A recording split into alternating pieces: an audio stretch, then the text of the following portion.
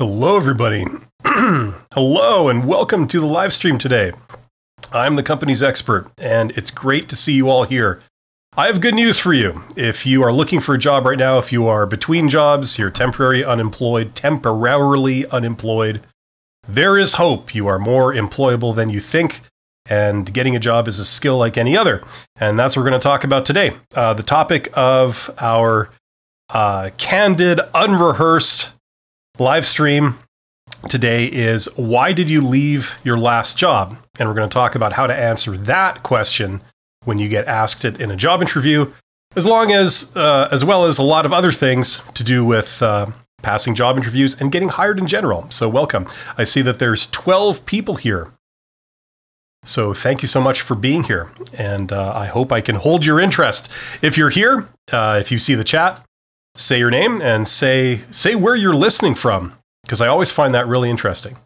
And we have a couple of new members, so congratulations to the new members and welcome aboard.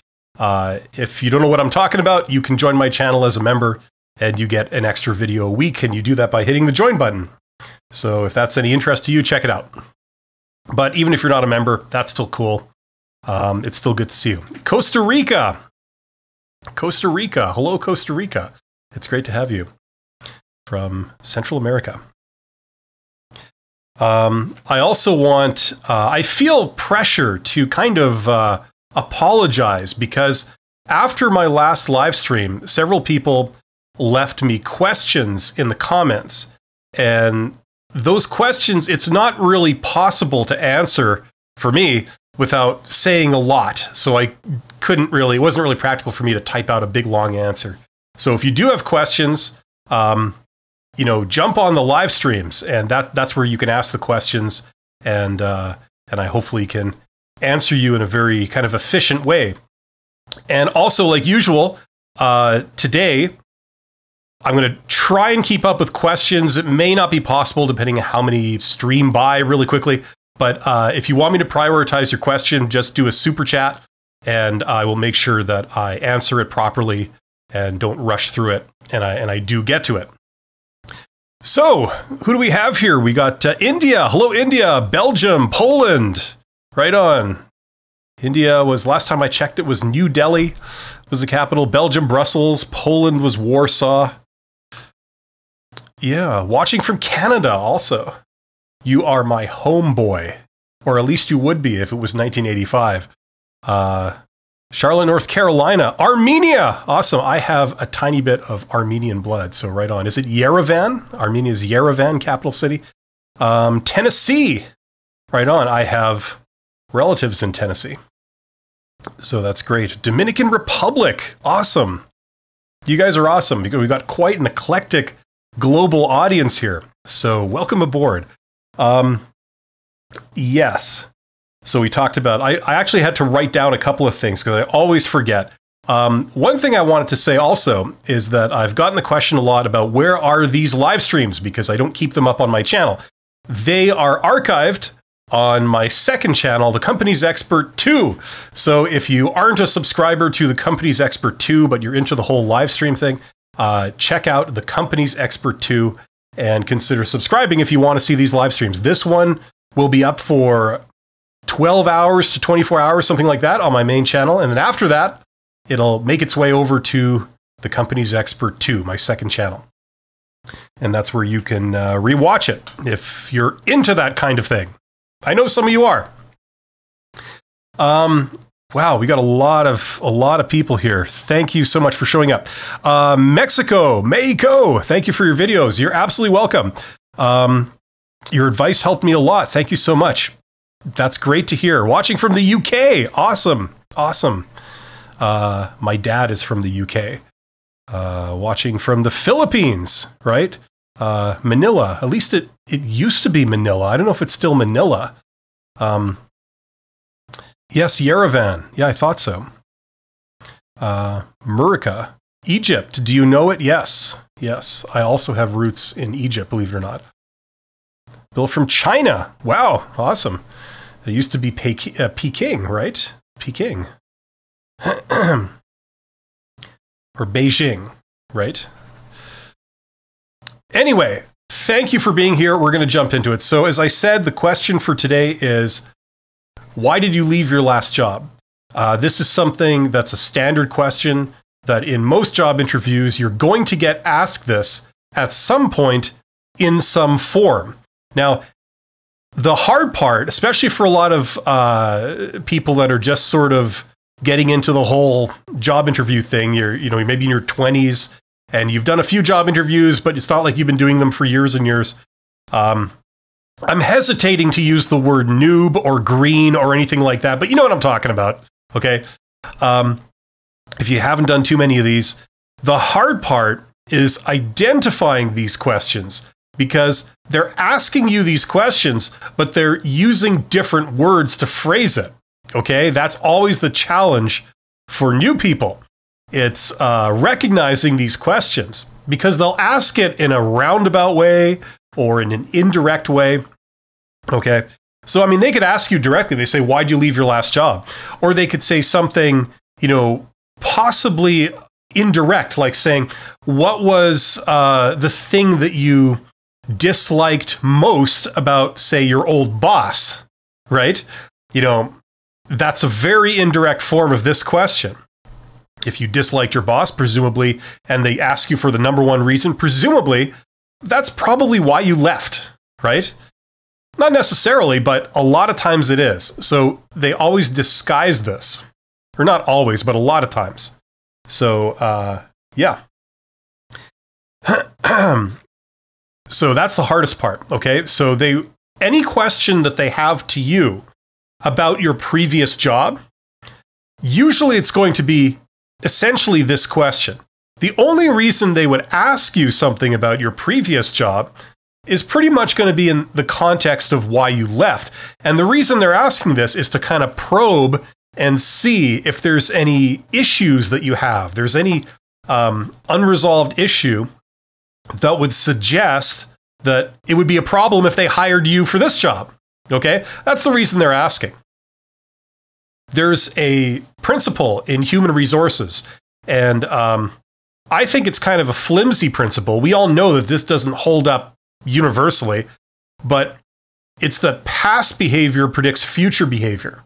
So a lot of times the reason that they ask you about your past is because if you say, you behaved a certain way in the past, they're going to make the assumption that that's the way you would behave if they hired you. Now, we all know that that's not necessarily true, right? It can be, but not necessarily. If they ask you a question, tell me about a time, you encountered this situation in the past, right? What they're doing is they're taking your answer and they're believing that, okay, that's how you're going to act if we hire you. So everybody has to be aware of this. We've all done things in the past that maybe we learned from, that we would never do again that way. So that's the danger of falling into, okay? So there's this principle, right? Past behavior predicts future behavior. And that's the primary motivator behind this question. Why'd you leave your last job? Oh, you didn't like your boss? Oh, okay. Well, they're going to make the assumption that if they hire you, you probably won't like your boss in this job, and that might be a problem, right? Whether that's true or not, that's how they're thinking. So what do we got here? Greetings from Dominican Republic, Poland, Mexico, the UK, Philippines, yes, this is Yerevan, America, Egypt, China, Ukraine. Wow. Ukraine. I hope you're all staying safe in Ukraine, wherever you are in the world. I know some places are, it's a little bit dicey, so stay safe. Watching from Brazil. Right on, Brasilia. Yes, it's from Manila, but I'm in Laguna. Okay, yeah. All I remember was Manila was, in World War II, Warsaw was the most destroyed major city. And then Manila was number 2, I think, in that order. So, yeah. Dominican Republic. Yeah, thank you so much for providing such important information. My pleasure. I'm here to help. Sometimes you get fired. Yes. Yes, you do. You do get fired. Now, we're going to talk about that. What if you got fired and they ask you this question? Okay, we're going to get into that. Okay, so we've talked about this question, okay? Why did you leave your last job? This makes people nervous because they don't know how to answer. And a lot of people are aware enough to realize that they're probing for bad things about you. Okay, that's the purpose of a job interview. Everyone wants to present themselves as the most amazing candidate that ever lived, right? We're perfect. We're the perfect candidate. We're awesome. We have no bad qualities and certainly nothing shady in our past, right? That's how everybody wants to present themselves. And the purpose of the job interview, especially for recruiters as opposed to hiring managers under certain situations, recruiters want to get the dirt on you. They are probing to find the issues with you, the concerns, the things that might make you a higher risk candidate. So if they take a chance on you by hiring you, you will work out. Every time they hire someone, it's a numbers game. Some people work out, some people don't. And if you're a recruiter and you keep hiring people that don't work out, that reflects badly on you. So their priority, a lot of the time, is to make themselves look good. Okay, let's be honest about this. For recruiters to be successful, they have to pick winning candidates. They have to spot the talent. That means they have to see through all of these glossy sales pitches of how wonderful people say they are and get to the dirt, right? Let's find out what's really going on with this candidate. Are they as good as they're making out? Let's find out. So they ask a series of questions to supposedly reveal that, right? And this is one of them. Okay, if you're so wonderful, your last job, why did you leave it?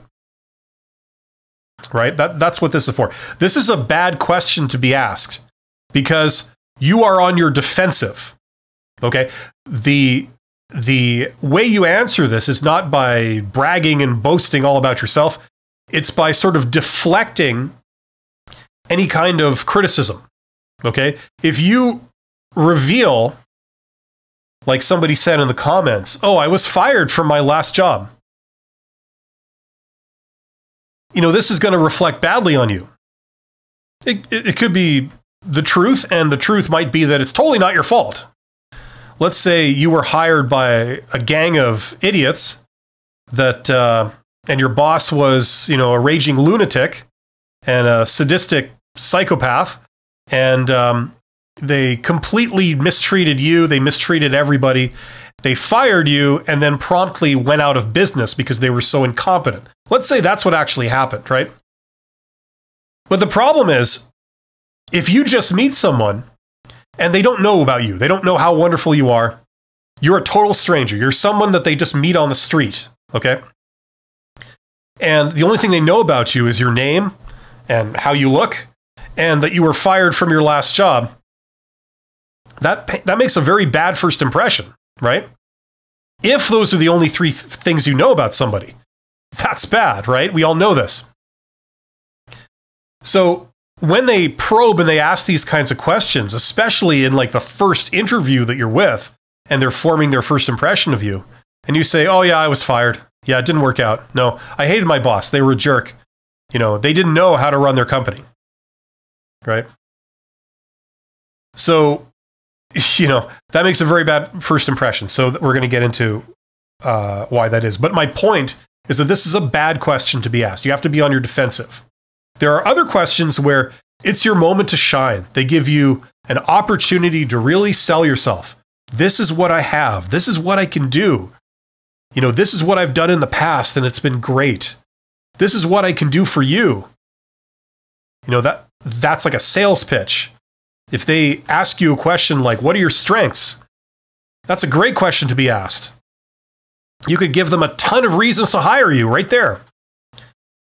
If they ask you, "Why should we hire you?" That would be an even better question to be asked. Or, "Why do you think you're qualified for this position?" These are great questions to be asked because they're giving you license to tell them how wonderful you are. But then they ask the negativity questions. They ask, what's your salary expectation? How did you leave your last job? Things like this. These are bad questions. What's your greatest weakness? Okay, so the best I hate to use the word strategy, but the best approach to answer these questions is to be on the defensive. Okay, you can say a bunch of things, but don't reveal something that they're going to interpret as a red flag.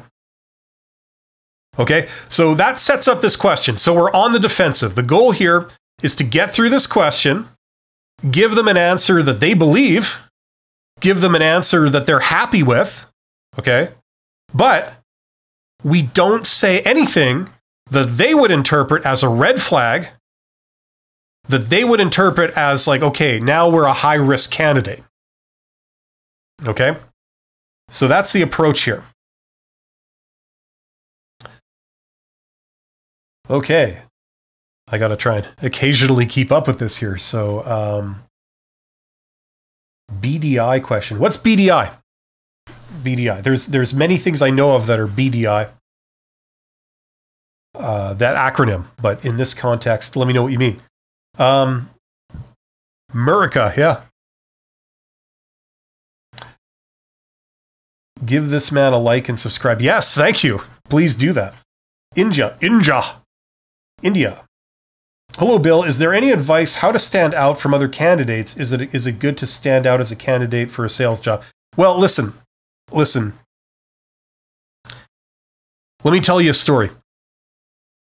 I'm going to talk about myself, and maybe you can relate to this, okay? I started out as a technical person, and I'm an introvert. Okay? Those people generally are at a disadvantage when dealing with people, right? What are we talking about here? Job interviews? That's dealing with people. Getting asked questions, knowing how to answer, that's dealing with people. What are they looking for? What shouldn't I say that they're going to regard as bad? That's dealing with people. Okay? In order to understand what you should do in an exchange with another party, it's not really about you, it's about them. What's their thinking? What are they looking for? What would they regard as a bad answer or a good answer? In order to know that, you have to know what their goals are, what their motivations are. Okay? So the question, how do you stand out from other candidates? Now, that's a question where the answer is completely different depending on which context you're in. Okay? There's a lot of situations maybe in school, if you're coming out of school or university or college, and in that world, how you stand out from the crowd is by doing something creative, original, off the wall, unexpected. Okay? However, in a job interview, if you do something completely off the wall, creative, unexpected, especially if you're being interviewed by a recruiter, especially if you're being interviewed at a large organization,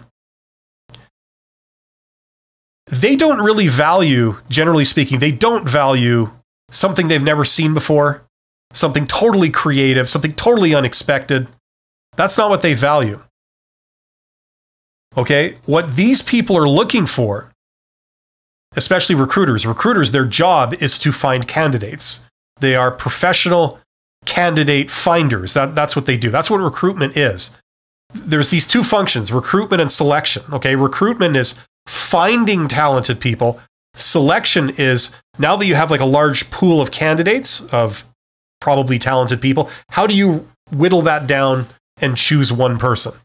Okay, so the criteria you use to sort of shrink that candidate pool until you're left with one. That's selection. Okay, so recruitment and selection.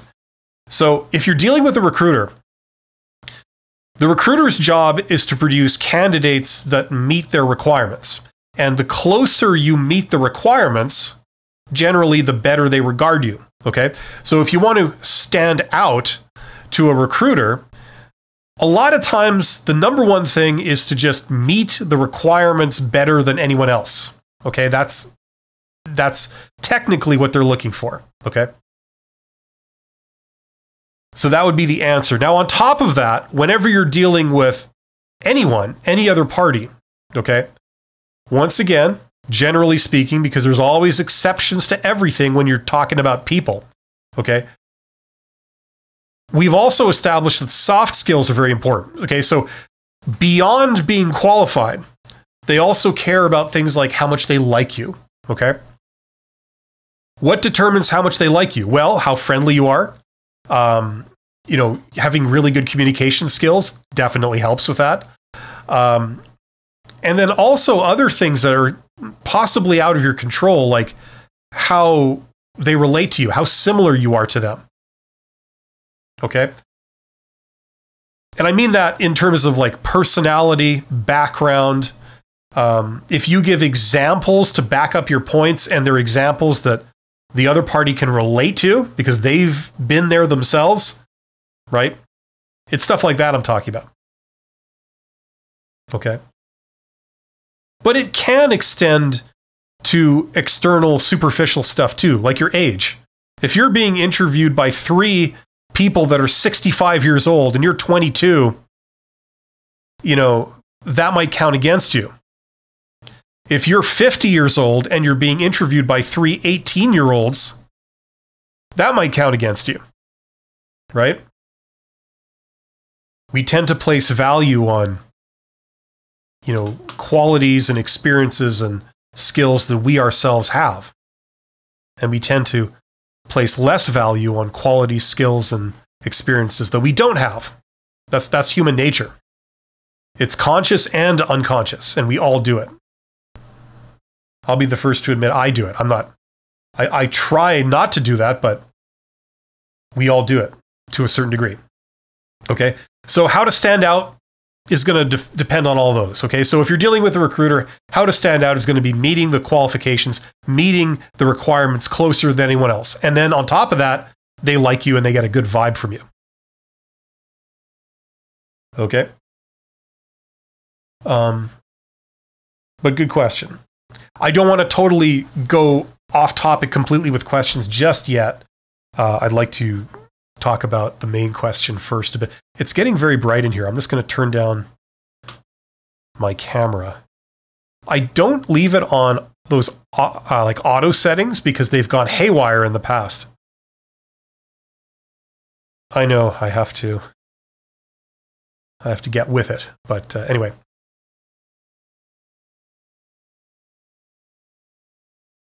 Okay, I just want to catch up here. I'd like to know the answer to that question as well. Behavioral interview questions, my apologies.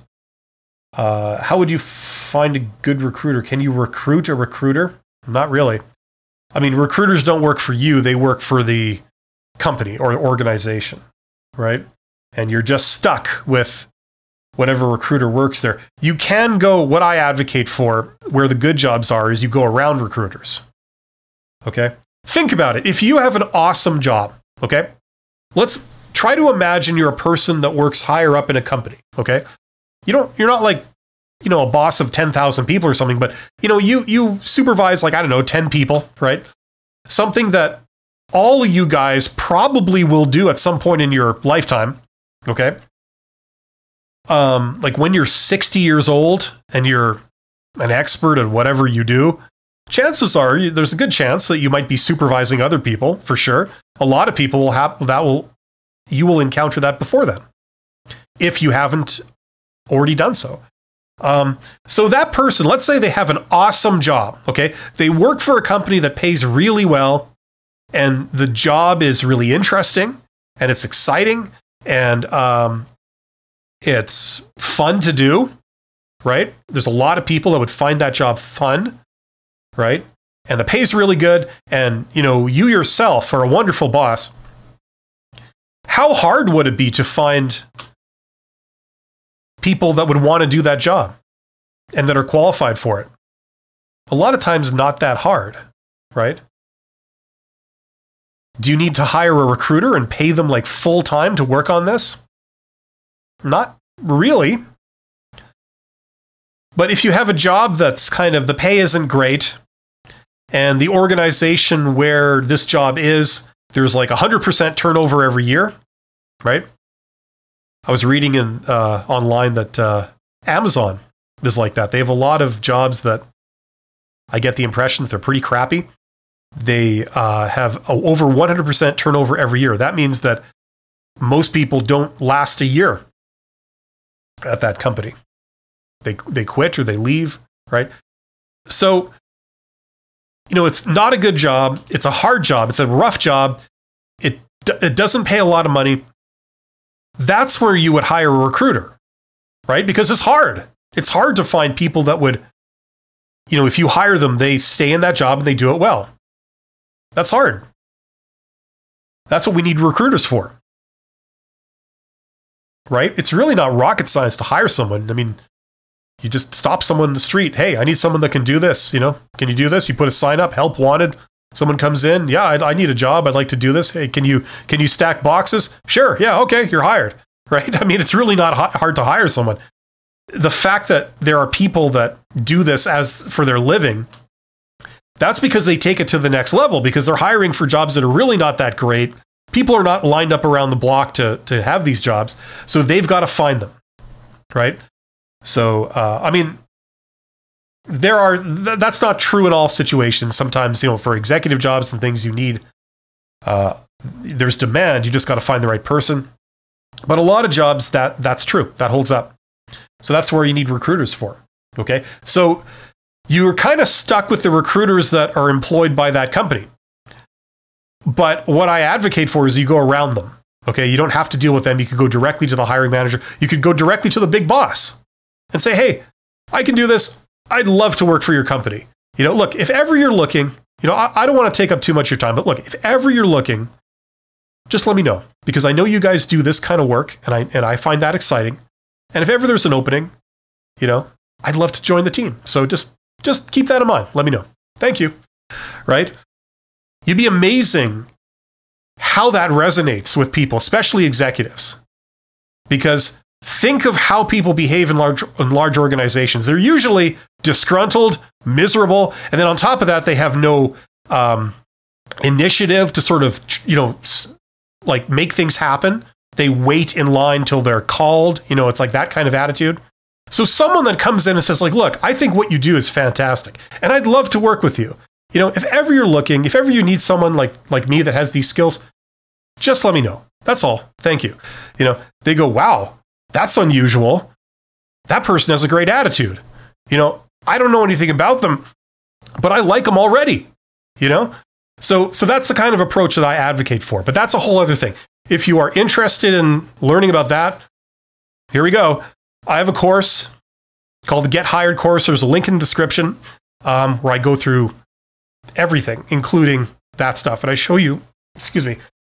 Oh, man, I get too excited about this stuff.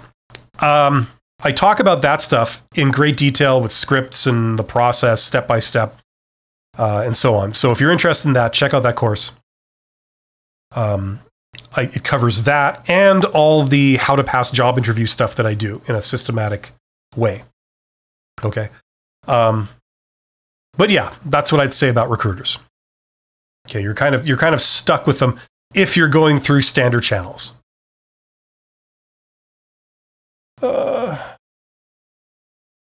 Okay, so people are asking about salary expectations and all kinds of stuff. So I'm just gonna. That's good. That's good. I've done live streams on those, but I just want to focus on this question for now. Okay, so why did you leave your last job? So it's a bad question. They ask it to you in many different ways. The purpose of this question, usually, the most obvious thing, is that they're trying to see if you're going to badmouth somebody, like your previous boss or your previous employer. That's a big thing that they're looking for. Are you the type of person that's going to speak ill of previous employers, previous bosses, previous coworkers? Because if you are, they interpret that as a huge red flag. I have to admit, I kind of would too. Okay, if you're a professional type person. Here we go. I've lost the sun, so I'm going to turn up my brightness. There we go. We need more controls. I want it brighter. I want to look more handsome. I want to look like I'm 100 pounds lighter. We need buttons for all those things. Okay. Right? So this is a big test. Now, if they say, why did you leave your last job? And you say, well, my previous boss was a jerk. Right? They were terrible to work with. They were unreasonable. They kept, getting on my case. Maybe you use even stronger language to describe these things, right? You just keep it real, right? You just tell it like it is. What's the expression? Shoot from the hip.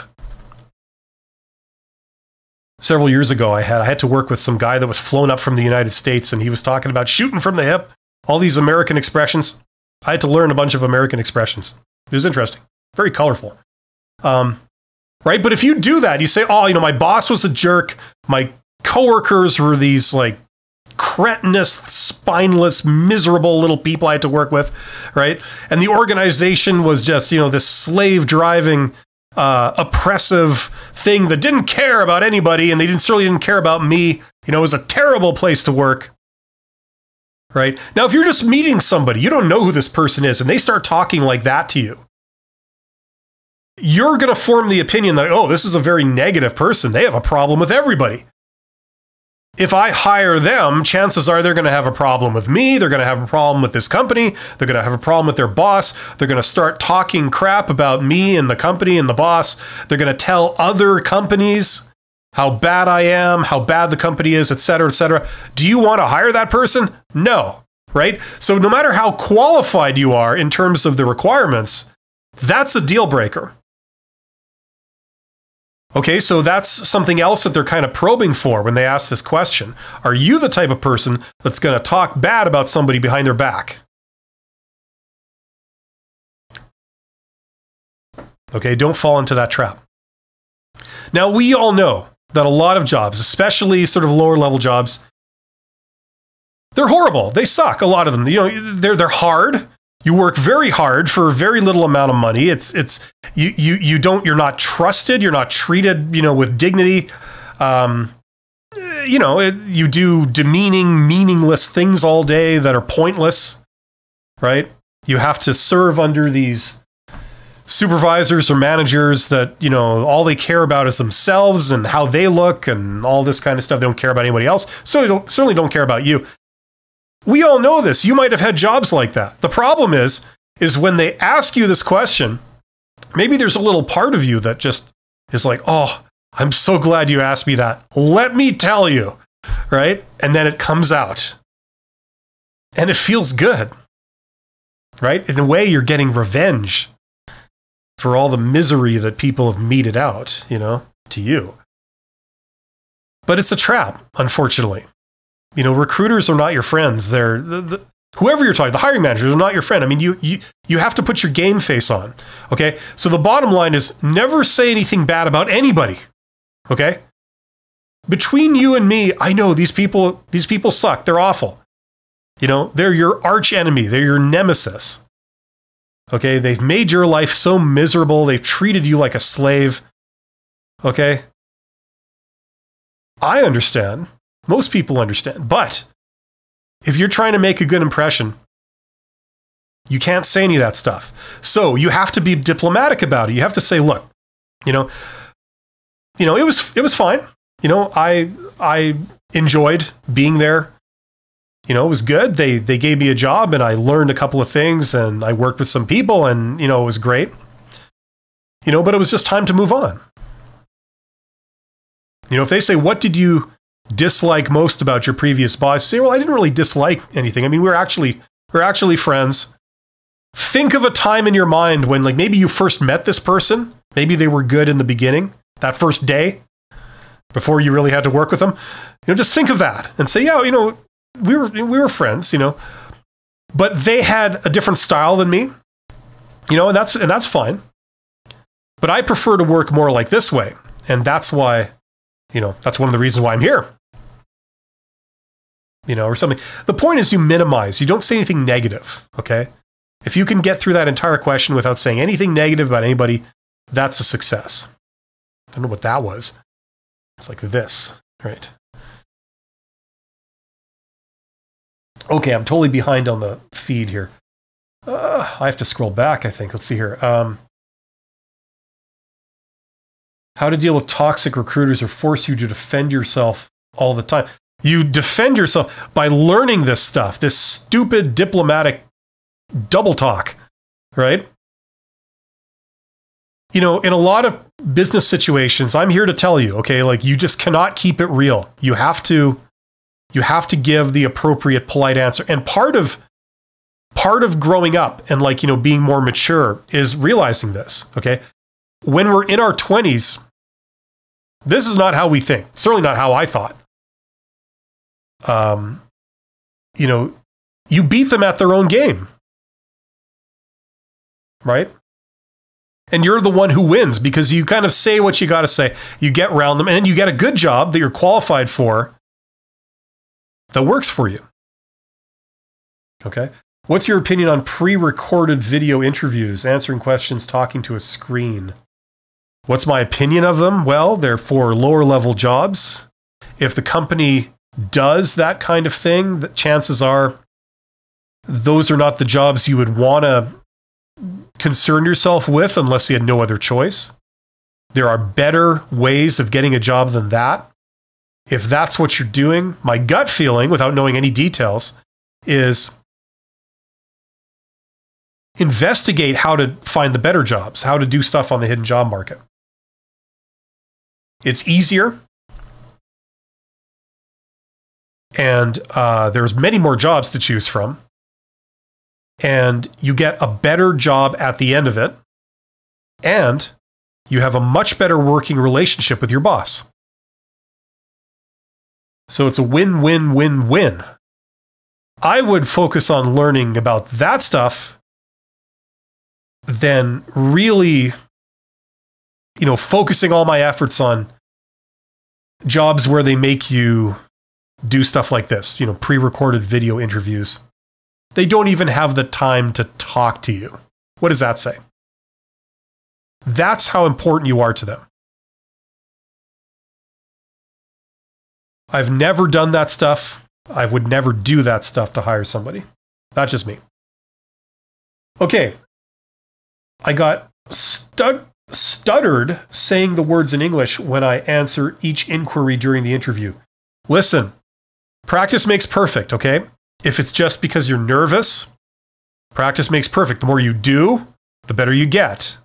It doesn't happen overnight, but it's the process that turns you from a noob to a pro, okay? And you're going to be a pro. The question is, are you going to get there in 2 years or 30 years? Okay, the more you do, the better you get. Now, if it's beyond nervousness, it's like a speech impediment or something like that, or a language barrier. You know, I'm not qualified to talk about speech impediments, but if it's a language barrier, you know, once again, practice makes perfect, right? Okay. Don't be too hard on yourself. You know, everybody, myself certainly included, everybody starts off failing. You know what I mean? These things are not easy, okay? They're not just poof, there you go. It's a problem solved. It's something you've got to work on. And for a lot of people, as they go through their career, they are working on this stuff. They're developing maturity. They're developing experience. They're developing the skills, okay, that allows them to be pros 10 years in, 20 years in, okay? Now, I know you're probably not thinking 20 years ahead, okay? I get that. But my point is, don't beat yourself up, okay? Everybody starts out like not knowing, okay? Not knowing how to interview, not being great with people. Some people are. I mean, I'm an introvert. A lot of people are extroverts. 50% of people are introverts to various degrees. 50% of people are extroverts to various degrees. At least that's the latest. That's been the thinking for several decades. You know, extroverts have their own challenges. Okay, extroverts can maybe talk to people, but when it comes to answering questions with substance, they still have to work on that. Okay, introverts, you may have an advantage on knowing what to say, like having the substance, but the presentation is going to be the big challenge a lot of times. Okay, so in both cases, whatever you're facing, as a general rule, practice makes perfect. Okay, the more you do, the better you get. Okay, Um, like and subscribe. Great info here. Thank you, Companies X. Well, thank you, Mad Pulls. That's very kind of you to say. And very nice to hear. Giving some word track as part of your examples and advice can be helpful. Word track. You mean like give you like a script? Yeah, I'm talking in generalities here, aren't I? Nathan, hey, I just got out of a job interview. I aced it with your help and I got a job offer on the spot. Congratulations, you crushed it. We couldn't agree on salary right away, but that'll work out. But I'm still thinking about travel time. Yeah, listen, make sure, if you haven't done so already, make sure you get a written job offer in hand, okay? Like, if they say verbally that, you got it, we're giving it to you, that's great. Don't get me wrong. That's really nice to hear, and that's wonderful, and I'm not going to take away from it. But remember, it's not a real offer until you get it in writing. It's a contract for you to sign, okay? That's when it's real. Okay, so until then, don't change your plans with regard to other jobs and things like that. And then when they give you a job offer, that's the point where you can start to think about negotiating. Okay, you can't negotiate until you get to that point. But congratulations, Nathan, that's great. Why would be your advice on traveling for a really fun job? Traveling for a really fun job? I don't know what you mean. Like getting a fun job? Maybe outside of your hometown or your region? Well, like a lot of things, I recommend the hidden job market. The reason why it's so successful is because most people don't know about it, especially people that are starting out. When you get to the executive level, 90% of jobs are on the hidden job market, right? So that's what I recommend. Win, win, win, win. Good morning, Mexico. Oh, I lost where I was. Oh my God, I'm so far behind. I didn't realize there's a whole other screen. Oh, okay. 2 days ago, I got a call from a recruiter, but couldn't talk at this moment, so I asked for another call later that day. Recruiter didn't call. Should I reach out? Okay. Listen. Generally speaking, if you do that to a recruiter, that's a red flag. That they'll perceive that as a red flag. Because what's the takeaway? The takeaway is that you're too busy to talk to them. They're not important to you. That's the message they're receiving by your actions. Okay? So if they call you, you should be attentive and take the call. Now, I'm fully aware that there are some times in life when that's just not possible. You're dealing with something very important, like life-changing important. I get that, okay? But I'm just saying, this is how recruiters think. This is how the person on the other end will think. Okay? They give you one chance, and if you're late for an interview or, you don't return their call or whatever, that's a signal. That signals that this is not really important to you. That's how it's going to be received, whether that's strictly true or not. Okay? B. Clark, what if you still work at your current company as a contractor and you're getting interviewed for a job directly from the client? What would be your best advice? Well, that depends on the details. Okay, that could go both ways. If your company is awesome and certain other factors, then you might want to think about that. It could be a conflict. But it depends on your relationship between your current company and the contractor, because they would not want you to do this. Your current employer would not want you to do this, but it may be within your best interest to do so. But that depends on the the client, because depending on how they think, if you're the type of person to jump and break an agreement with your current employer, if that's what's going on, that will signal them that you can't be trusted. So, it's complicated. It's not really possible to give an answer just without knowing details. But hopefully that's a start. I was asked why I left my previous job. I said I would not have left, but I had to relocate from Vancouver to Moncton, which was true.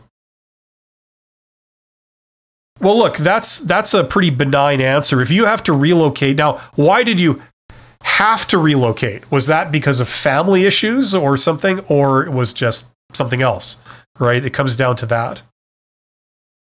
Okay, look, I'm falling behind here. I'm going to have to speed this up. As I said, look, if you really need a question asked, do a super chat, because I'm trying my best to keep up, and I'm falling behind. So, okay. Oh, give me 1 minute. Gotta have my Red Bull. Okay, so coming back to the purpose of this, the main question, why did you leave your last job? Okay, there's always a question beneath the question, and that's what they're looking for. All these things that recruiters ask, they've been crafted. These questions have been crafted to try to get you to reveal something that you may not realize you're revealing. For example, when they say, why did you leave your last job? That's an open license for you to start bad-mouthing and finding fault with a previous employer. And they're waiting with bated breath to see if you do, right? That's the question beneath the question. A lot of these job interviews have a question beneath the question or behind the question. Okay, there's what they're saying and what they're really wanting to know, right? Okay, now the other thing about answering this question is that you don't want to dwell on this question. Any negativity question where they're trying to get at you, they're trying to get the dirt. Number one, you don't want to give them anything. But number two, you want to get past this question very quickly. You don't want this question to take up 10 minutes of the job interview. That's not why you're in the job interview. You're in the job interview to sell yourself, to tell them how awesome you are and give them, like, you know, irrefutable proof that they should hire you. That's why you're there. You're not there to talk about something you did in the past at another company that has no relation to this current job, you know, okay? You could successfully fend off all these questions, okay? You could successfully sort of give a very diplomatic answer. You don't give many red flags. But the problem is, if you spend 10 minutes on each one, you get to the end of the allotted time, the interview's over, and you haven't given them any reason to hire you. You've given them you basically said, well, there's no red flags here and there's no red flags here, but you haven't given them any pros, any positives. So the other thing is that we value here is brevity. You want to give a brief answer. You don't want to waste your time defending yourself against crap like this. You want to get back to selling yourself, okay? These people, a lot of times, don't read your resume in any great detail, so they probably don't really know that much about you when you walk in the room. Everybody assumes that the recruiter is fully informed. They've studied up on your resume. They've studied up on your application right before the interview. They come prepared. They know all about you. And then they ask you some questions. Usually that doesn't happen. That happens for executive type jobs, not for lower level jobs. Usually these people are overworked. And quite frankly, they just don't care. They've got 20 interviews to do. You know, they have to choose between going to the washroom or reviewing your information before your interview. They went to the washroom. Or they took their full lunch break, right? You know? So you get to the interview and you think they know all about you. They don't. They don't. So that's why you have to tell them, you know, I meet the qualifications. I got this. I got this. You're looking for that. I got that too, right? Let me give you an example to demonstrate how I know that stuff, right? And they're like, oh, they're surprised. This is new information for them. I didn't realize you had this degree. It's like, and you're thinking, like, well, it's right in my resume. I mean, what am I doing here if you didn't know that, right? But this is the reality. Okay?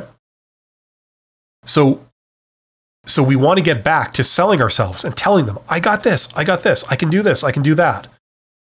Okay? When they want examples to back up, you know, you say you know how to do this, then they ask you a behavioral question. Tell me about a time when you did that. How did it go? And then you have one prepared and you can give them full and complete information, right?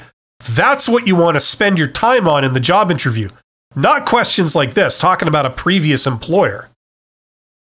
And like somebody said in the chat, you know, what if you relocated, you know, because you had to quit your job so you could relocate.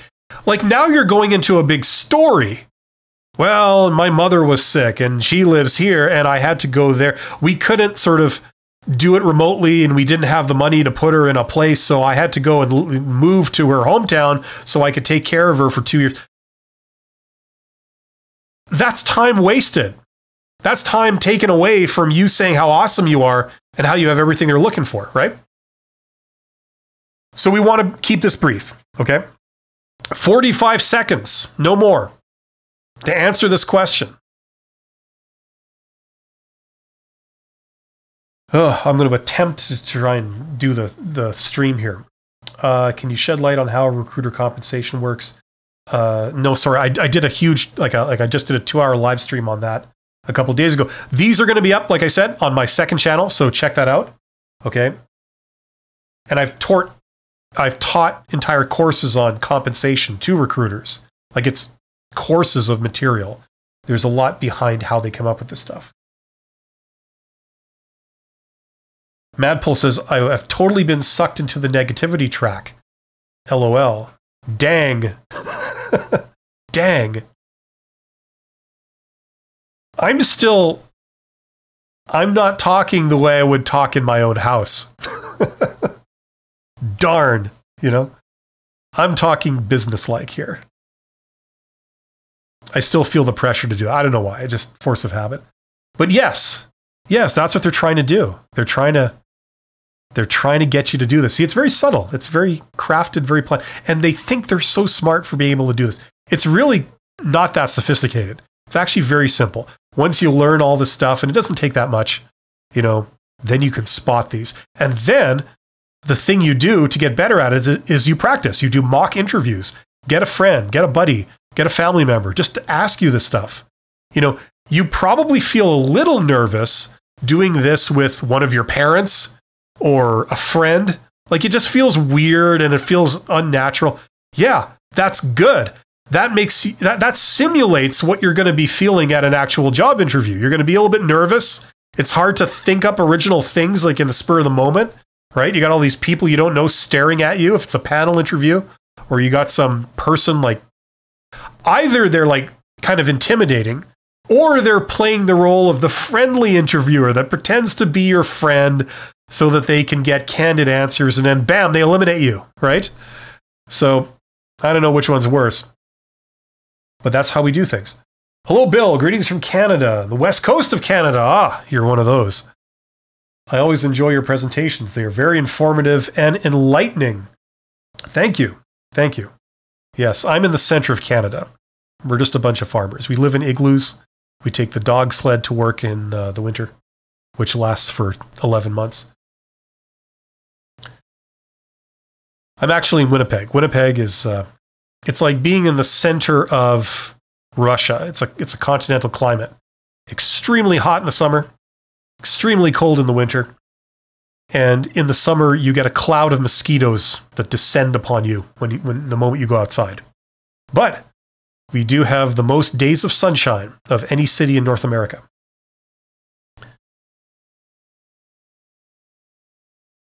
We are a different people. Deepak says, I had a screening with Meta Recruiter, okay, who said I'm good to proceed to the next step and asked me to wait for 2 weeks to get further updates. It's been around 5 weeks and he hasn't responded. Listen, this is a standard thing, okay? They will never be honest with you. Okay, for a variety of reasons, some of them justified, some of them unjustified. They will never be honest with you. Okay? Listen, these people, I know this might take some getting used to, but these people are not important to you. You proceed with your job search. You create as much opportunities for yourself as possible. Now, if these people are serious and they call you back, when they say they're going to call you back and they don't ghost you, then you can give them your time, okay? But most recruiters, especially for worker level jobs, they behave like this. They don't deserve any credibility from you. They don't deserve you to go out of your way to do anything for them, okay? Because this illustrates how empty a lot of their words are, okay? Now, that sounds very negative, but listen, this is a positive thing. Don't hang your hopes and like, be waiting by the phone day after day. Okay. If they call you back, great. Okay. Then it has potential. If they don't call you back, don't waste any time on them. Okay. Always be looking forward. Always be trying to open new opportunities for yourself. Don't just look for jobs one way. Okay. If you're responding to internet job ads, that's one way to get a job. Okay. There are many others. That way is actually two things. It's the default way for many people. They just assume that's all there is and they just do that. That's how it's done. It's also one of the least successful ways of getting a job. Okay? There are much more promising and efficient ways of getting a job. So maybe take a little bit of time and research those. Okay? You could, I have some stuff on my channel. You could go to Google. You could type in like, how does one get a job? You could Google hidden job market. Like there's many different things there. Okay. And Meta is like Facebook, right? That's what we're talking about. They're a huge organization. So I would not expect them to behave any differently. They're behaving like any other large organization. It's impersonal, right? They're not dealing with you as a human being. They're dealing with you as a number. And it shows, right? The only thing they've ever said to you is that it turned out to be a lie.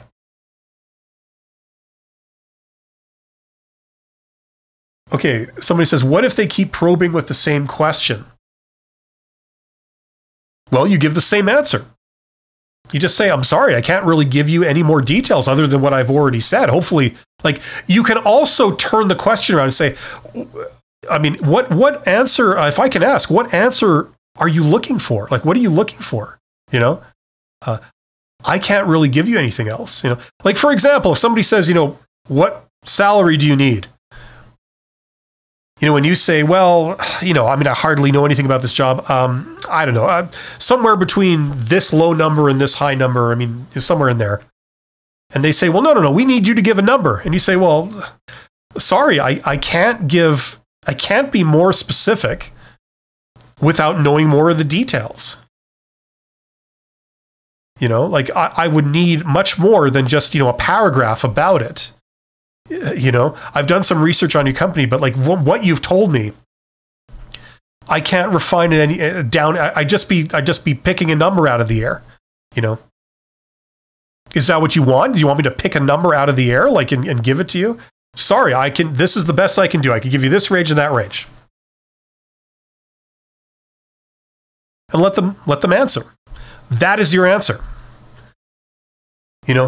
They use these tactics. They talk to you like you're a little kid being spoken to by your parents. And, you're kind of fearful and you're nervous and you feel like I've been bad. I haven't given the right answer. And they want you to feel that stress and that pressure. And it's such a infantile thing to do. The thing is, it works on younger people that are new to this, right? You're not expecting that. You find yourself in this awkward situation. The other thing, however, is that they're also sometimes, if they have any brains, it can be used to see if you're going to get upset. Okay, it's like a stress interview. They say, no, that's not good enough. And if you go, well, F you, screw this job, I'm out of here. Right? They've uncovered a red flag, right? And they're congratulating themselves. They're going, well done. We saw through that person thanks to my ingenuity and my technique. That's what makes me a kick-ass recruiter. Like, they're using cheap tactics like this, okay? So you don't get upset, but you just say, well, I'm sorry, I can't be any more helpful to you. That's the best answer I can give you, having received the information that I've received, So what answer were you looking for? Were you looking for like an absolute number based on like this paragraph? And whatever they say, just say, well, I'm sorry, that's the best I can do. And then you put a smile on your face. If you want to make everything non-hostile, you say, I'm sorry, that's unfortunately the best I can do for you. You see, like it doesn't have to be confrontational, right? if you respond like that, it's pretty hard for somebody to say, oh, this person is not going to work out. And it's hard for them to argue. It's like, look, they've put the pressure on and you've resisted the pressure.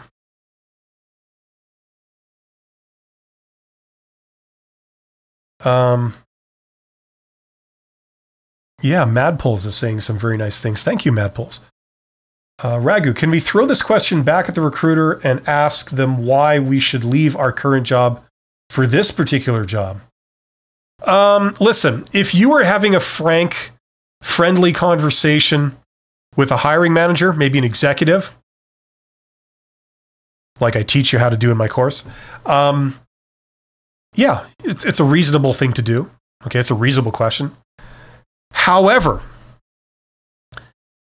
in a job interview with a recruiter at a lower level, that's not going to go over too well. They don't like you turning the interview around. You know, in those movies when they say, you know, there's an interrogation, right? Usually like the military interrogation, right? And they bring someone into a room and they shine the light in their face, right? And they say, where were you on the evening of, you know, February 2nd or, you know, whatever, right?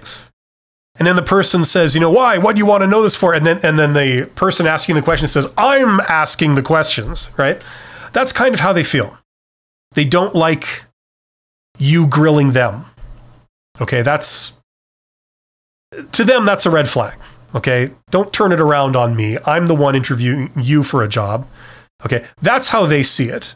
So even though it's a reasonable question, in other circumstances, that would be perfectly fine, and you could get a good answer for it. But in a job interview with a recruiter, especially for a lower level job, especially for a large organization, they usually don't like that. Okay, they don't like. I mean, it's hard to generalize, but generally they're not a big fan of counter questions. Okay, like in a sort of defensive, combative way. You know, like. If you're a recruiter and you said, you know, how much money do you need? And they said, why? Well, how much money are you paying? You know, it's like they would regard that as a hostile response. You know, if you phrased it a bit more diplomatically and said, like, you know, well, you know, there must be a range. Like, can I ask what is the range? Like, it's a bit more humble. It's a bit more less threatening, right? You can do it to a limited degree, but generally they don't like people deflecting the question like that. And it depends on the recruiters. Some of them are not equipped to sell their organization to you. Some of them are, and there are others that go overboard and try and they give you this suspiciously intense sales pitch for why you should want to work for their organization. You like it when I double words? Want to work? And sometimes that can feel a bit like that can be a red flag. It feels kind of slimy and suspicious. You know, why are you trying to sell me on the company? Somebody asked that question in the last live stream, you know. But other recruiters, they don't know how to sell their organization. So they don't like being put on the spot and being made to do that. Okay, so, you know, like for example, there's a job interview question, usually at the end of the interview, where they ask you, do you have any questions for us, right? And I've heard people recommend that you ask the recruiter it's almost like you're giving them a job interview. You're asking the same sort of cheap questions back to them. You're saying, what part of this company is, you know, your favorite part? You know, what aspect of this organization do you think is the best? Or something like that. You know, what part of working here do you most prefer? So you're like putting them on the spot. You know, or you do it even worse. You say, like, you know, what's your least favorite aspect of working here? And you say that to the recruiter. I mean, the recruiter's put on the spot. They're not going to tell you, oh, I hate this job. I can't wait to get out of here every day. It's a crappy place to work. My boss is a jackass. And, you know, quite frankly, the turnover here, it's like, you know, every other week we've got new people. I've got new coworkers. They can't seem to keep anyone here. They're not going to tell you this, right? And they don't like being put on the spot where they have to lie. You know, well, it's great. I love every aspect of this job. Right? So they don't like that. So if you're trying to be likable, that can undo some of the goodwill that you've created for yourself. Okay, so I wouldn't throw a question back at a recruiter, like, unless you had absolutely no other choice. Like, you can't think of anything else. You're put on the spot. It's a very hostile, aggressive sort of question, pointed question, that you don't want to answer. And you have to do it very delicately. You have to say it very politely. Big smile on your face, right? Why do you want to leave your current job? It's like, well, let me ask you something. Why would you want to leave your current job? Like that's the best way you can do it, at least that I know how. But it's always risky trying to throw things back at them. What do we got here? Perrine Peru says, senior manager told me that HR will send an email invitation for interview within this month, but still nothing. Yep. Will that be inappropriate if I WhatsApp ask the senior manager? No, it's not inappropriate. If you follow up, listen, you can follow up, I would say 3 times. Okay? You call, you leave a message. Okay? You call again, you leave a message. Or you send a WhatsApp or a text or, whatever, right? You follow up in some way. You maybe use different mediums to follow up. First, I left a voicemail. Then I contacted on WhatsApp, whatever. Or then I sent an email. 3 times. I would never do more than 3 times. Okay? If they say they're going to follow up and they don't. Now, there's 2 possibilities. Either, number 1, something unforeseen came up. Maybe they went on vacation. Maybe they were transferred to another department. Or what's usually the more likely reason, unfortunately, is that they've just moved on, right? This is a standard thing they say. It's so much easier for them to tell everybody, oh yeah, we thought you were wonderful. I'll be in touch in 2 weeks. That's so much easier for them. Because then the other person goes, oh, great, that's awesome.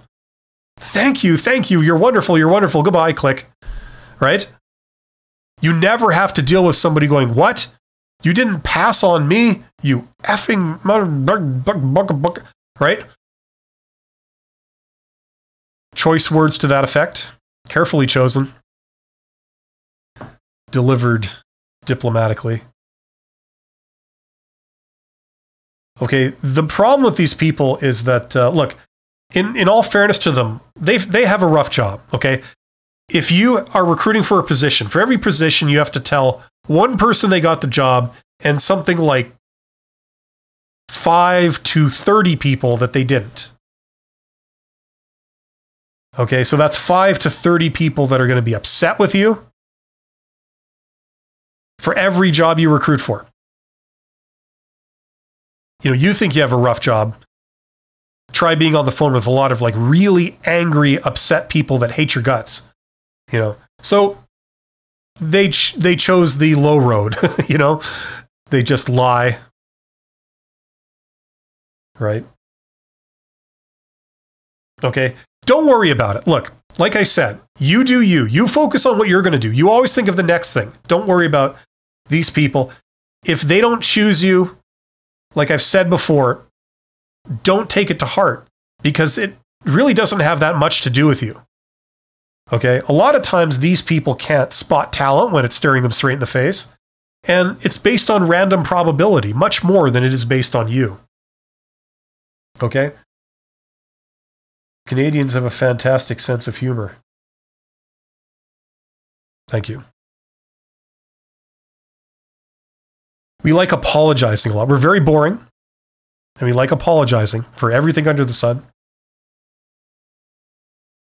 But we're not absolutely insane. That's what I will say. He's not lying. It's cold as hell in the winter. Yeah, cold is a relative concept. If you wear the right clothes, it's not a problem. I can't take the heat. I don't understand how people can live in hotter climates than me. I take my hat off to you. If I had a hat now, I would take it off for you. Okay.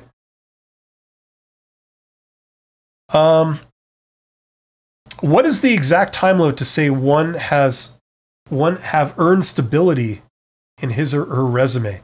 Oh, you mean like how long do you have to stay at a job for it not to be considered a red flag? It used to be a year. Like if you have a series of jobs and every single one of them, like they're career jobs. So they're not like high school, casual, summer jobs, but like, career jobs. You're an accountant and you work here and then you work there and then you work there.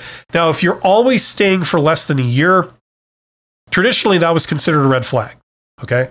Like you had 3 jobs in a row that are career jobs that you've listed on your resume and they're all less than a year. That would be considered a red flag. As we go into the future, I really get the feeling that it's not as much of a red flag anymore, especially since the events of 2020. There's been a lot of disruption and people are a little bit more understanding generally. That's just a vibe I get. That's not really based on anything, so I could be wrong. And I'm sure that varies by region, by industry, etc. Okay. But if that's what you're asking, that's what I would say. I have a gap before work and worked only short. Yeah, like once again, there's ways around that. I've done videos on that. I can't really get into it really in depth here. But check out my videos. Like I've done at least 2 videos on how to deal with a work gap. Okay. Would you find it acceptable for a candidate to pause and change their example mid-answer? Well, it depends. It depends how they did it. If you do that once, I don't think it's the end of the world. But like, if that's one thing in a long line of things that suggest that you haven't prepared properly, that one might be a red flag. Okay. But listen, I mean, generally speaking, if you start saying an example, just go with it. As much as possible. Touch of Fairy says, none called me too. Yeah, it's very common. Very, very common. You are going to be ghosted. Okay? And a lot of people, when they are ghosted by recruiters, and everybody knows what ghosted means, right? That's when they say, we'll be in touch. And then that, of course, means that they will not be in touch, right? When they say, I'll call you in 2 weeks, that means I will never talk to you ever again. Okay? Things like this, right? Like that's usually 90% of the time what that means when it comes from a recruiter. Okay? So just accept the fact, okay? All you can do is just keep doing opportunities, keep like throwing stuff at the wall. I hate this expression, but it's true. You throw stuff at the wall, you see what sticks. Okay? You try different things. And if they call back, great. They'll say, oh yeah, we'll be in touch. And you're like, yeah, great. I look forward to that. And, most people won't, and some people will. And those are the ones that you gradually give more of your attention to. Okay? Unfortunately, we live in that world. The world should not work like that, but it does. Okay? So knowing this, don't take it to heart if they do this to you. Okay? You have a lot of value. You are highly employable. You are highly talented. Okay? Part of the problem is these people don't understand talent when they see it. The other part of the problem is that it's just they're probably recruiting for not a very good job in the first place. And some of these jobs are very bad. So if they don't call you, it's actually a lucky escape. I know it doesn't seem like that, but it is. Okay? It might take us a while to realize this, but that's what's going on.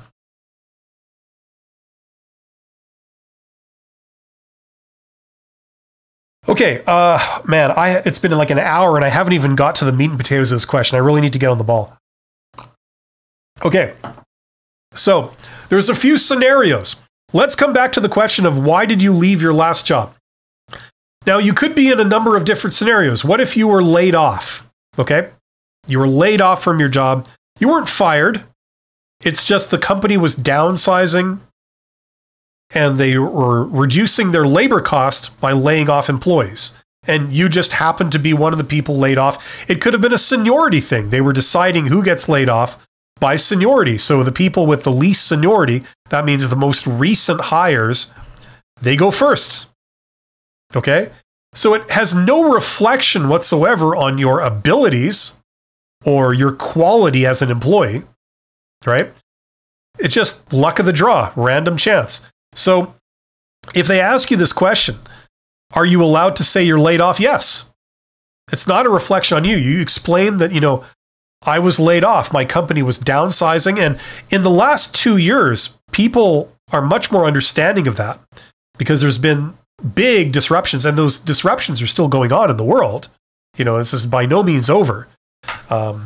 So generally, employers are still very understanding of that. You say, hey, my company was laying off and they were doing it by seniority. It helps if you say, like, if this is true, it helps if you say that it wasn't just me that was laid off. I was laid off with a group of employees altogether. They didn't single me out. It was just my entire group was laid off. My entire department or location or whatever, we were all laid off together because the company was facing some hard times and they were reducing their labor costs, and so they were laying off employees. And that's why I left my last job. And on top of that, it's an uncertain future. It wasn't term layoff where, you go away for like 2 months, then you come back.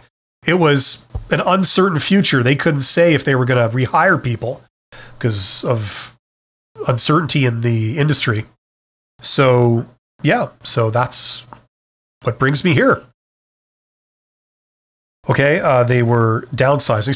So if that's your situation, there's nothing wrong with saying that, okay?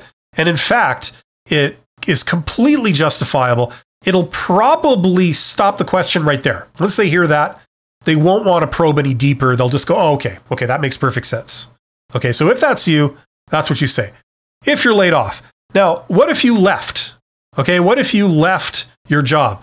You weren't laid off. You just decided to leave. Maybe for personal reasons, okay? Maybe you hated your boss. Maybe you hated the job. Maybe they were being a bunch of jackasses and they were screwing you around. They weren't paying you when they were supposed to be paying you, whatever. Like, you left, okay? Do you say that? You can, yes. But you have to explain, okay?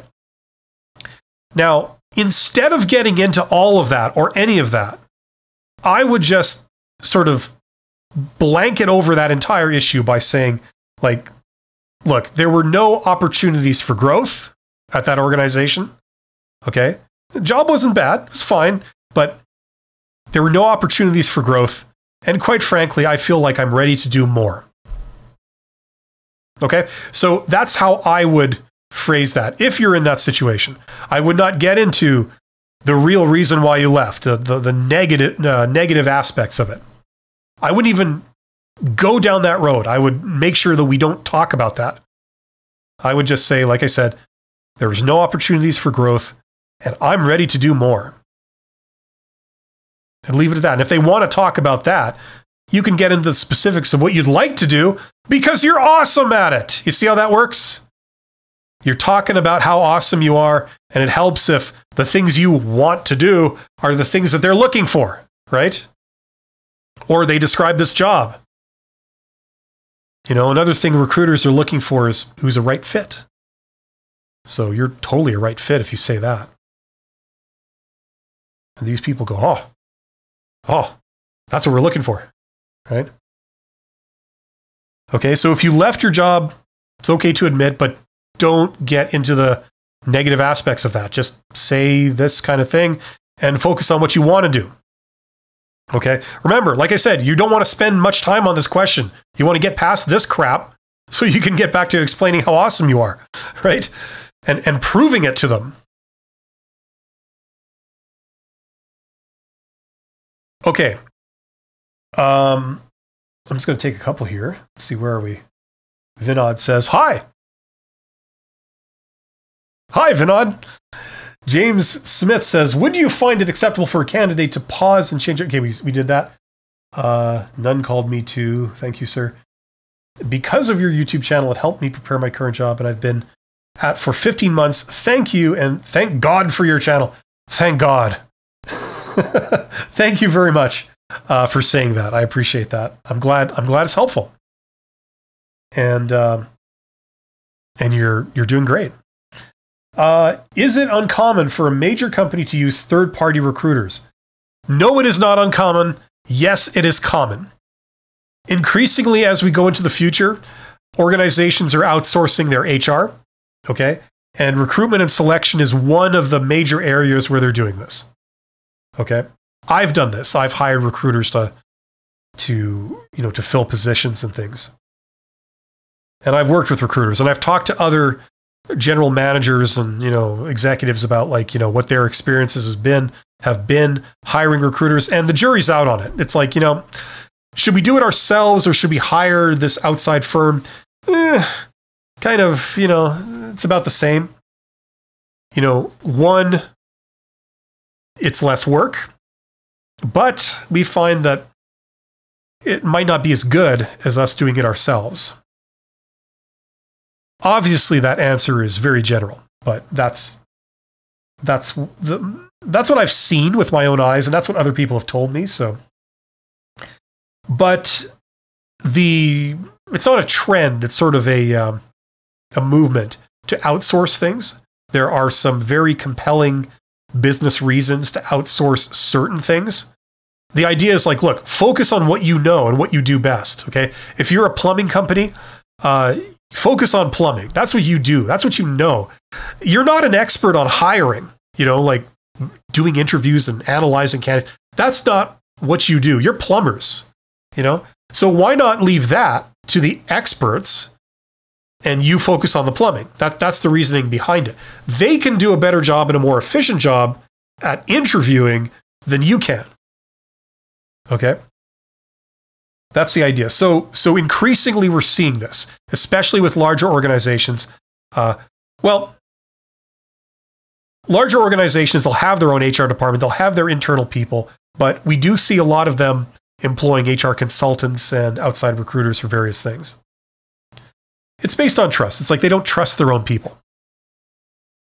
A lot of times that's why companies hire consultants, because you might have wondered that. Why does a company spend millions of dollars hiring a consultant to tell the company what it already knows?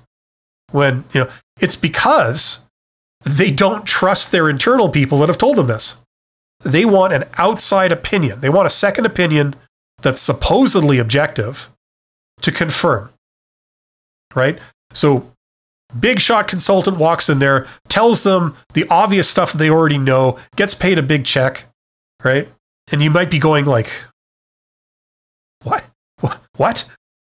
That's usually why, okay? So that's why some companies employ outside recruiters, okay, even though they might have their own HR department.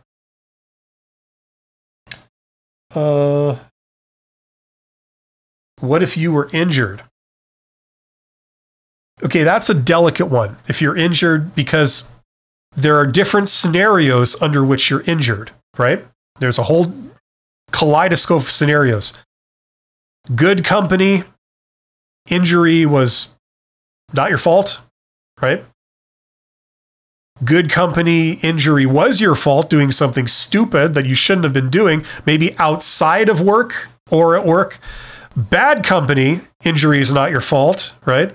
Or bad company that doesn't cover you, and then you got injured outside of work doing something stupid, right? And then it just goes out from there, right?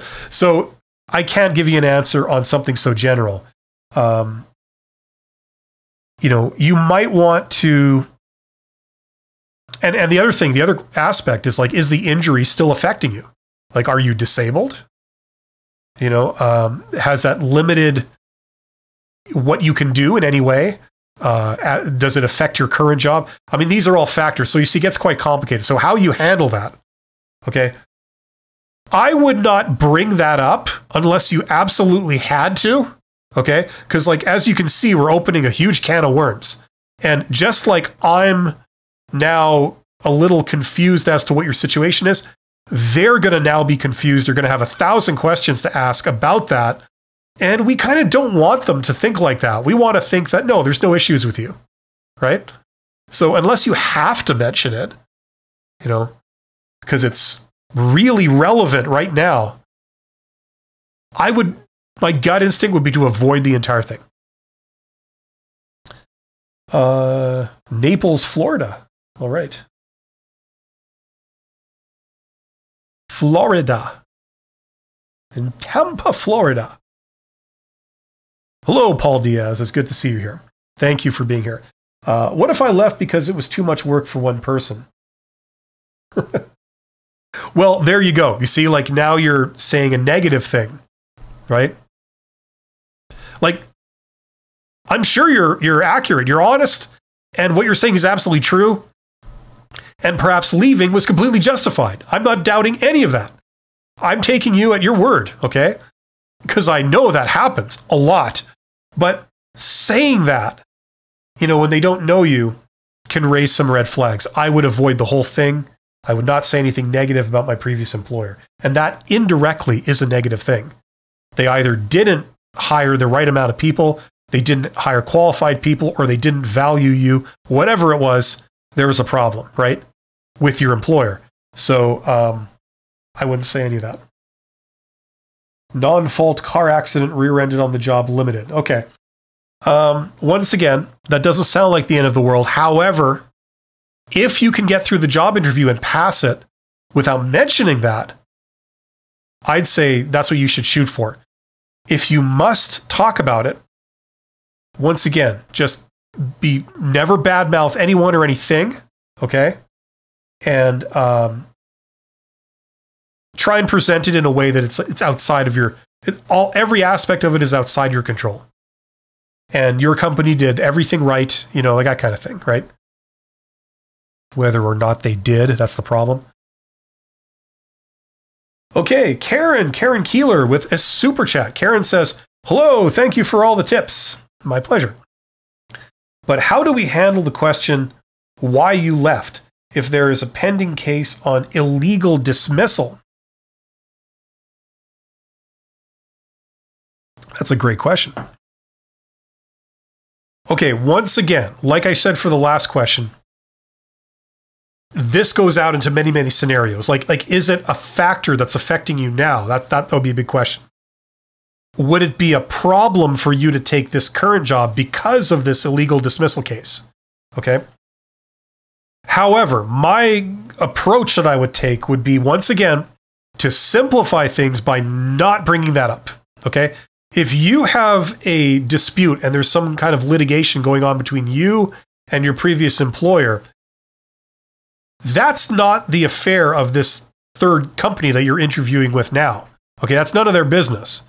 You can choose to disclose that and include them, but they don't have the right to be involved with that. Okay?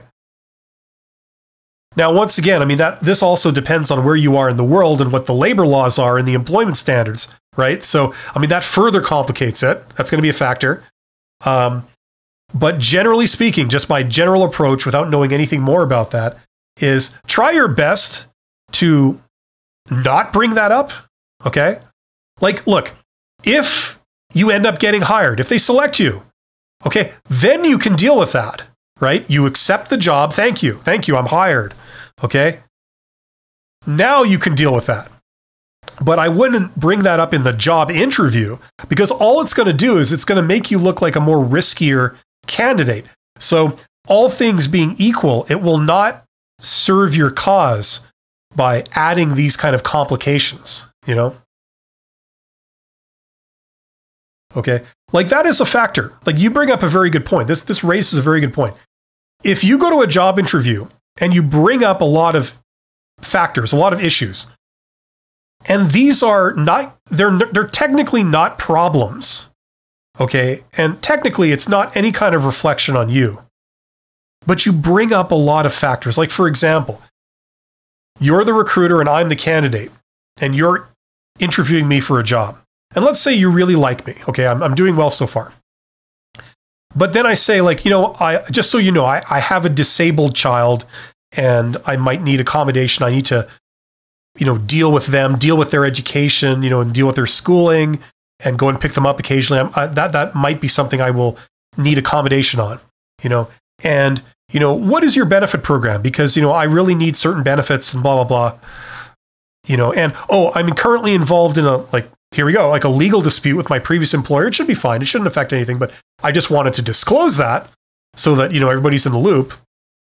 Right. And I could go on, I could just keep bringing up questions and requirements and, just so I also have some kind of disability.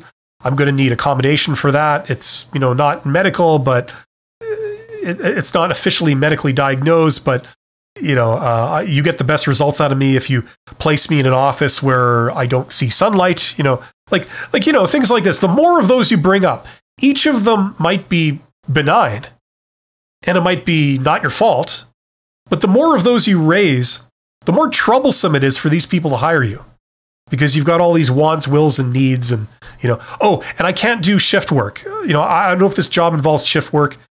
I suppose there's a chance I could be transferred to a department that does have shift work. Just so you know, I don't do shift work. I can't. I've got a family of 17 kids at home and a really angry alcoholic husband, and I can't do this. Right? So the more of those you bring up, the more complex it is, right? The more risk there is that these things are going to get in the way. Now on their own, they're perfectly benign, they're perfectly understandable, they're perfectly innocent. But remember, recruiters care about how risky the candidate is. What are the odds that they're going to work out? What are the odds that they're not? Right? So for that reason, anything how you were terminated, or this particular case of, if you have, you're engaged in litigation over wrongful dismissal, I would just keep that to yourself. If you get the job, then you can deal with these things. There'll be plenty of time afterwards, and they have to deal with them, and they have to take them seriously. Okay? And if it really is just a total deal breaker, it's a deal breaker. It was never going to work out anyway, so what does it matter? Right? But you have much better odds if you bring that up later. Get the job first, then worry about issues later. Okay? That's a general approach. Okay? That goes with any deal, by the way. If you're making a deal, and this is a deal, you're working out an arrangement. I will do this if you do that. If you come and work for me, I will pay you this money. It has to be done under these circumstances, this way, right? Keep it as simple and straightforward as possible. Make the deal. And then little issues like that, bring them up later. Okay? And if they can't, then it's not going to work out anyway. So what have you got to lose? So that's what I would say. So hopefully that makes sense, Karen. That's a great question. And thank you for the super chat. That's awesome. Daniel says, I have a first round interview today and I want to ask meaningful questions when they ask, do you have any questions for us? What is your process for researching great questions besides the standards? I've done at least one video on that. It's a very short video because there's only a couple of questions that you can ask. Look, ask questions about the role, okay? And about the person in the role. That's a great type of question to ask. So, for example, you'd say, what's the biggest challenge for the person that's going to be in this role, according to you? In your estimate, what will be the biggest challenge for the person working in this role? And they say, oh, it'll be dealing with customers. That's usually the biggest challenge. Or they say, oh, it'll be, staying on top of 50 projects at once. That's going to be the hardest part, So you're getting insight. You could also say some things I've suggested are things like, if you really want to know how you're doing, and I've used this before. I used this in a CEO interview many years ago, where at the end they said, do you have any questions? And I said, well, is there something that you've seen in other candidates that you haven't yet seen in me that I could perhaps speak to? So it's kind of like a catch-all. Before we leave this interview, have I not convinced you that I have something that you need to see? And what is that? And I actually got a good answer. They're saying, well, you seem to have this, which is really good. But, I'm not sure if you really have this. That's my primary concern. I go, oh, okay, excellent. And then I can talk about that and put your mind at ease, right? Maybe that wasn't communicated very effectively. Maybe you were writing something down as I was talking about it and you didn't quite catch it. So that's a good question. Now, at a lower level, a lot of people just won't answer that. They'll just say no, right? But there's always that. Questions about the role. What skills do you think are most needed to do this job? If there was one element that would really help someone in this role, what do you think that would be? What skill, what ability? Any questions about the role? You could also ask about the organization. What are the challenges, as far as that this organization is facing in the next few years? What's going to be the big challenge, if I can ask? Do you have an opinion on that? Stuff like this, okay? Those are less useful. They communicate the fact that you're interested and you're aware and you're invested, but they don't really give you much meaningful information for the job interview. And then the last thing you want to say before you walk out of the room is you want to say, where do we go from here? Am I going to get a phone call from you? Or would you like me to follow up in 2 weeks? Or is it going to be 2 months before you make a decision? What's the next step? And they'll say something like, well, we will notify you one way or another in a week, something like this, right? So at least you leave the room knowing what the next step is, if there's a next step. So all of those are fine. As many of those, maybe ask 3, the ones that first pop into your head. But that's the gist of, that's what I would say. I mean, there might be others, but those would be my go-to ones. Thank you for your amazing, hey, lovely people, remember to hit that like button. Yes, you can like my live stream. And subscribe. Check out my courses, actually. If you're into the stuff, if you're looking for a job, honestly, it can streamline the process for you, and take care of a lot of, red flags. So check out that course. I've got, the Get Hired course, link below. Many people have taken it. Many people have said awesome things about it. I have another one.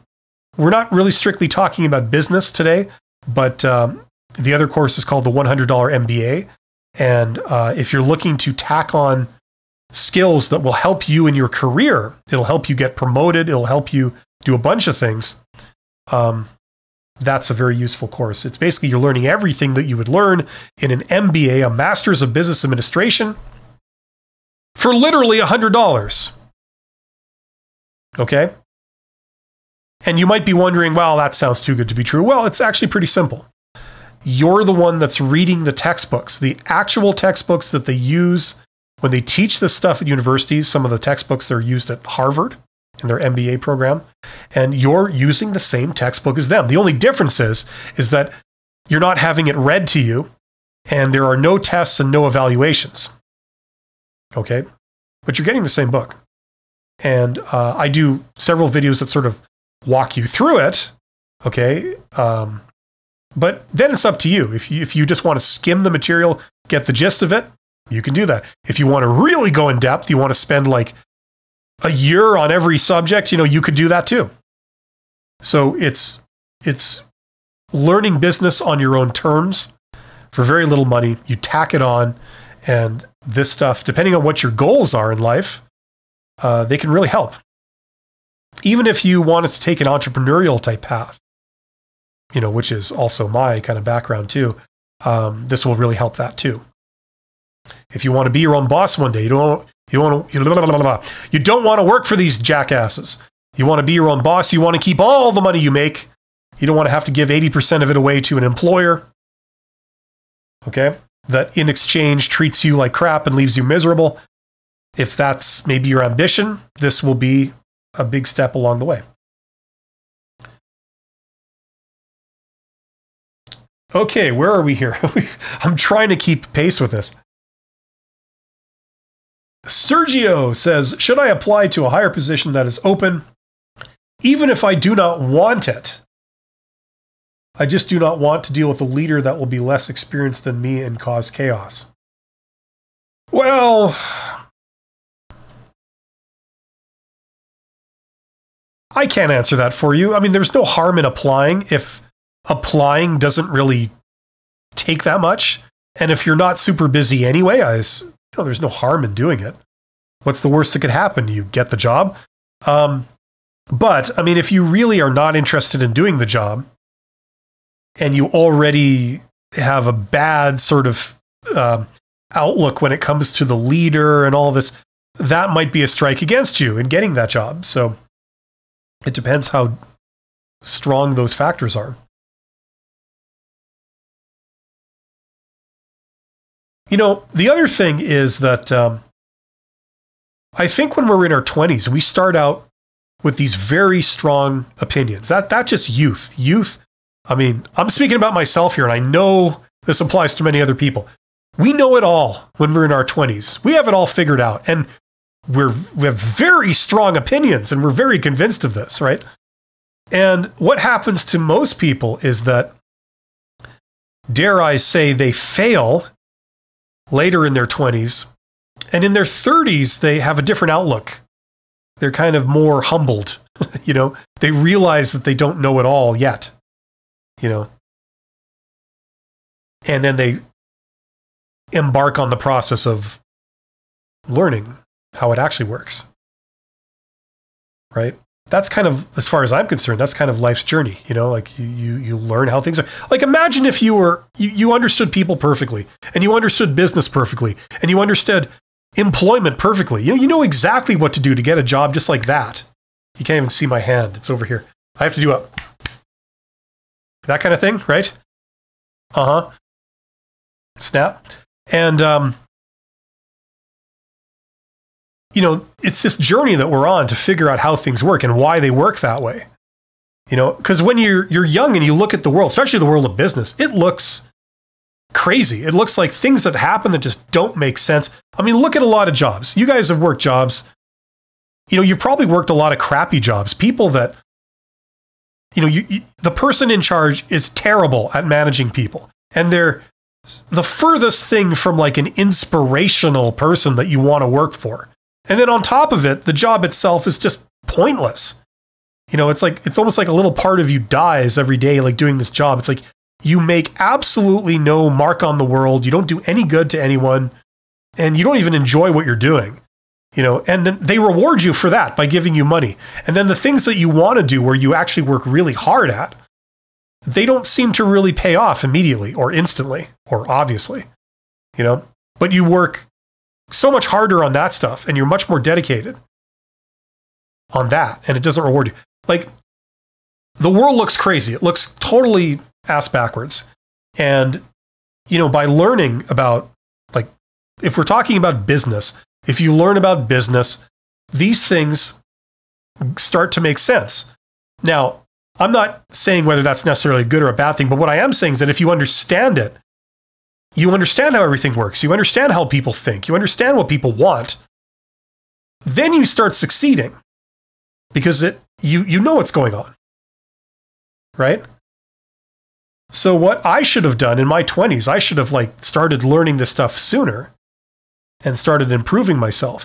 It took me a long time to realize that a lot of endeavors in life are essentially a business thing. If you want to be an artist and paint and do painting or sculpting, but you want to do that as your thing, you don't want to work a day job and then do sculpting. You want to do sculpting. That's what you do. It's like, well, that's a business. I mean, imagine if you could like make money at it, right?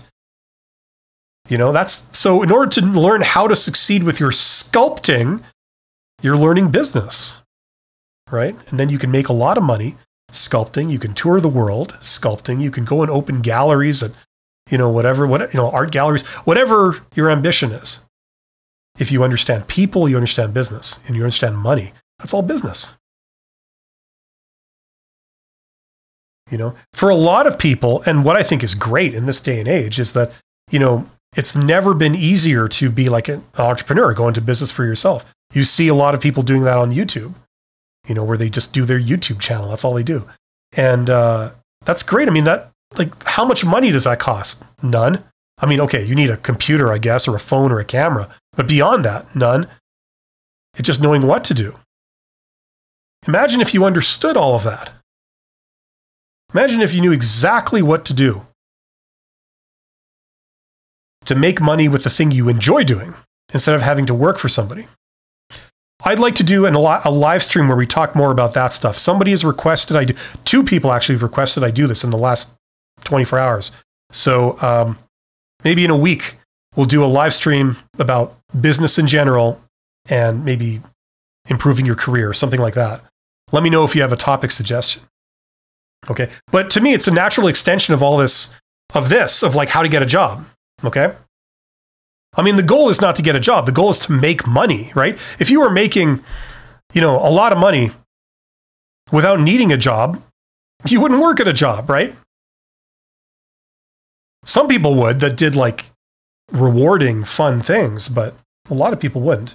You certainly wouldn't deal with recruiters, I can tell you that. Okay, anyway, I'm sort of straying from the topic here. Okay, I'll do a couple of these and I'm going to finish up the question, why did you leave your last job, by talking about what do you say if you got fired. But first, let's take some questions. Thank you for for your amazing. Thank you. Lovely people remember. Oh, we did that one. Okay, I was working as a freelance for the last 2 years, and most of the time I got offers in the interview. They're asking me, why do you leave your last job? What is the best answer for that? Well, yeah, that's what we're talking about.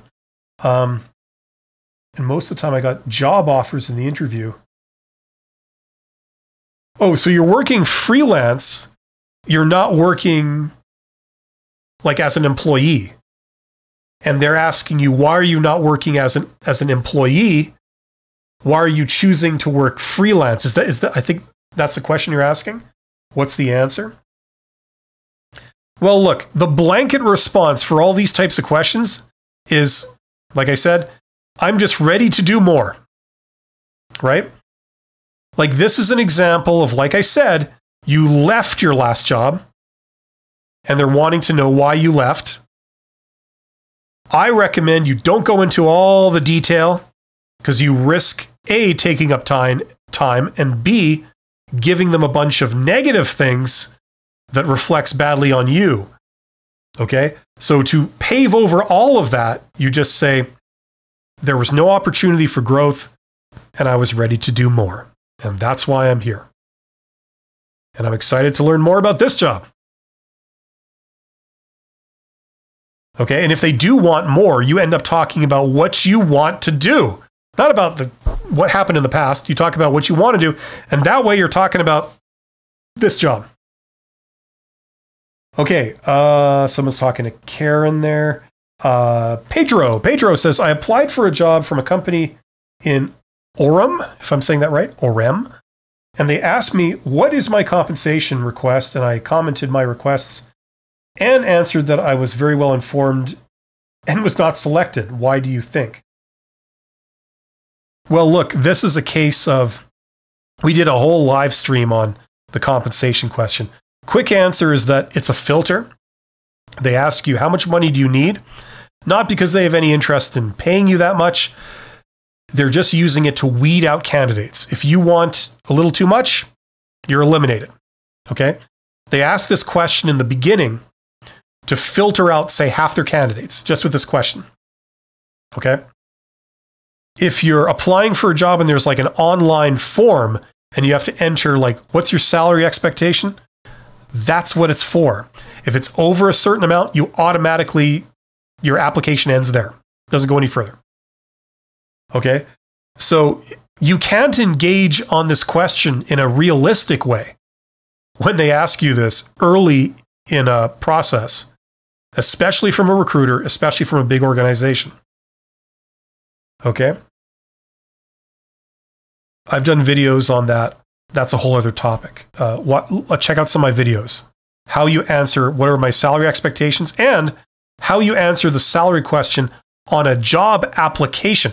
That's different from what you say in an interview. Okay, so check those out. Lion. That sounds familiar. I think you've been here before, right? Important question. I like that. Before I speak, okay, important question. Right here. How to respond when a company asks you to write a detailed report on how you would fix the specific problems of the business. Is that an acceptable request? Here's the problem. No, it isn't. Because that is a well-known tactic to get you to work for them for free. Let's pretend that my business has problems and I need some kind of expert on lean to analyze my processes and make a bunch of recommendations for how to improve, right? The problem is I don't want to pay for an expert in lean. Maybe they're expensive. So what do? I post a job. I'm looking for an expert in lean. I interview them and get them and say, as part of your interview, I need you to study my operation and write a report. And then and then based on what you say, if we like it, then we'll be in touch. So this person is trying to impress you because they want a job that they think is happening.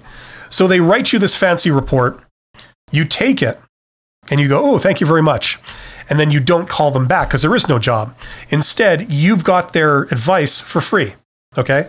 So I'm not saying that is what's going on in your situation, but that is a well-known tactic. It is also illegal in most countries because they're getting work without paying you. And that is illegal. That violates the employment standard laws, employment standards regulations for many countries. Things like minimum wage, right? You can't just have someone volunteer for anything, right? There's a lot of restrictions on what you can volunteer for, right?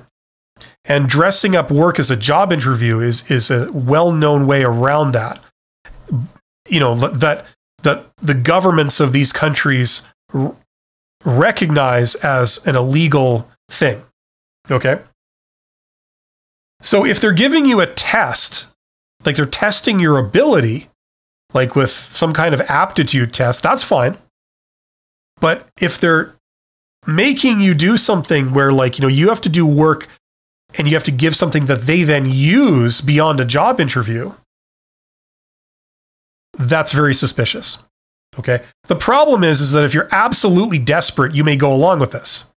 Okay? I'm not going to tell you what to do. I'm going to say that that's a red flag. You could do it, and then if they don't call you back, you could call the government on them. Where I am in Canada, you can go to the website. You can go employment standards, in Google, and then your region, your country. I'm in the province of Manitoba. It's a part of Canada. So I would go I'd go to Google. I'd say employment standards, Manitoba. Two things will come up. One will be the law. The other one will be the people that enforce it, and they've got a hotline. And you can call the number and make an anonymous call and say, these people are asking for this in an interview. I don't want to give my name, I don't want to give my details, but they've been asking for this type of thing in a job interview and then not calling people back, as I understand that's illegal. I want to go talk to them. Goodbye. Click.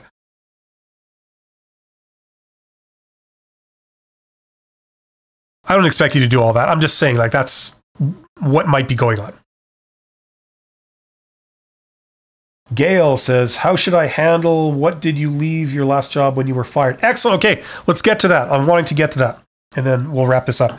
So if you were fired, okay, they ask you in a job interview, why did you leave your last job? And you were fired from your last job, okay? Now, there's a twofold answer, and I've done this in a video. Because if you ask recruiters, what should I say to that question?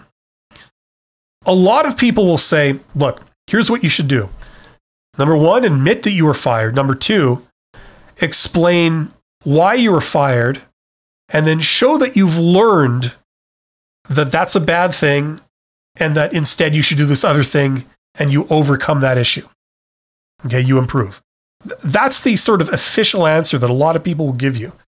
Now, I'm not in a position to say they're all wrong, okay? But if you ask me that question, I'm not a recruiter. I mean, I've hired people and stuff, but I mean, I'm not a recruiter. I've taught recruiters. But this is what I would say. That sounds very well. And in a perfect world, that would work. Because let's face it, it's true. If you were fired because you were young and you didn't know something and you let your bad temper get the better of you or something, and now you're much more mature, you've learned the error of your ways, you've learned that's not how you act, so you can actually make a really good employee. Okay?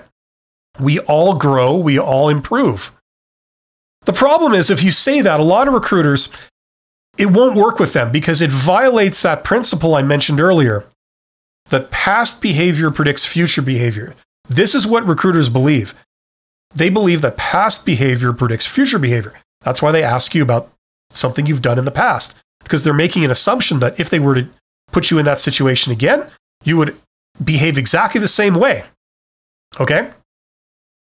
That's the basis of behavioral-based questions. So the problem is, if you say, I was fired and I was fired because I punched out my boss, but I now know that that's wrong. And I made a little promise to myself. I said, you know what, Bill, I've decided I'm never going to punch out my boss again. So it's okay. Don't worry. It won't happen again. Right? Now, if you say that to them, they're going to say, oh, well, that's how you behave. So if we hire you, you're probably going to do that again. And the fact that you were fired from a previous job, if you admit that alone, without knowing the reason, that's a red flag. Okay? This is bad news for people that were fired from a previous job. Okay? If you say that, a lot of times recruiters will not understand. They will not give you the benefit of the doubt. They will simply eliminate you because of that. That's how stupid this process is. Now, some people deserve to be eliminated, but a lot of people don't. Okay? I mean, hey, we've all messed up in the past at some point, right? No one's perfect. Okay? Maybe some people, when they messed up, it was just at the wrong time, the wrong place, and it cost them their job. That's possible. So, I would recommend, if that's you, if you were fired from a previous job, don't disclose it. Now, this comes as a shock to people when I say it, okay? And if you disagree with me, that's fine. I'm not telling you what to do. But here's the deal. In a job interview, they're going to ask you, like I've done a video on this. I was talking about this the other day. They're going to ask you some pointed questions. You're not in a court of law. They don't have the right to full and complete information about anything they want to ask you, okay?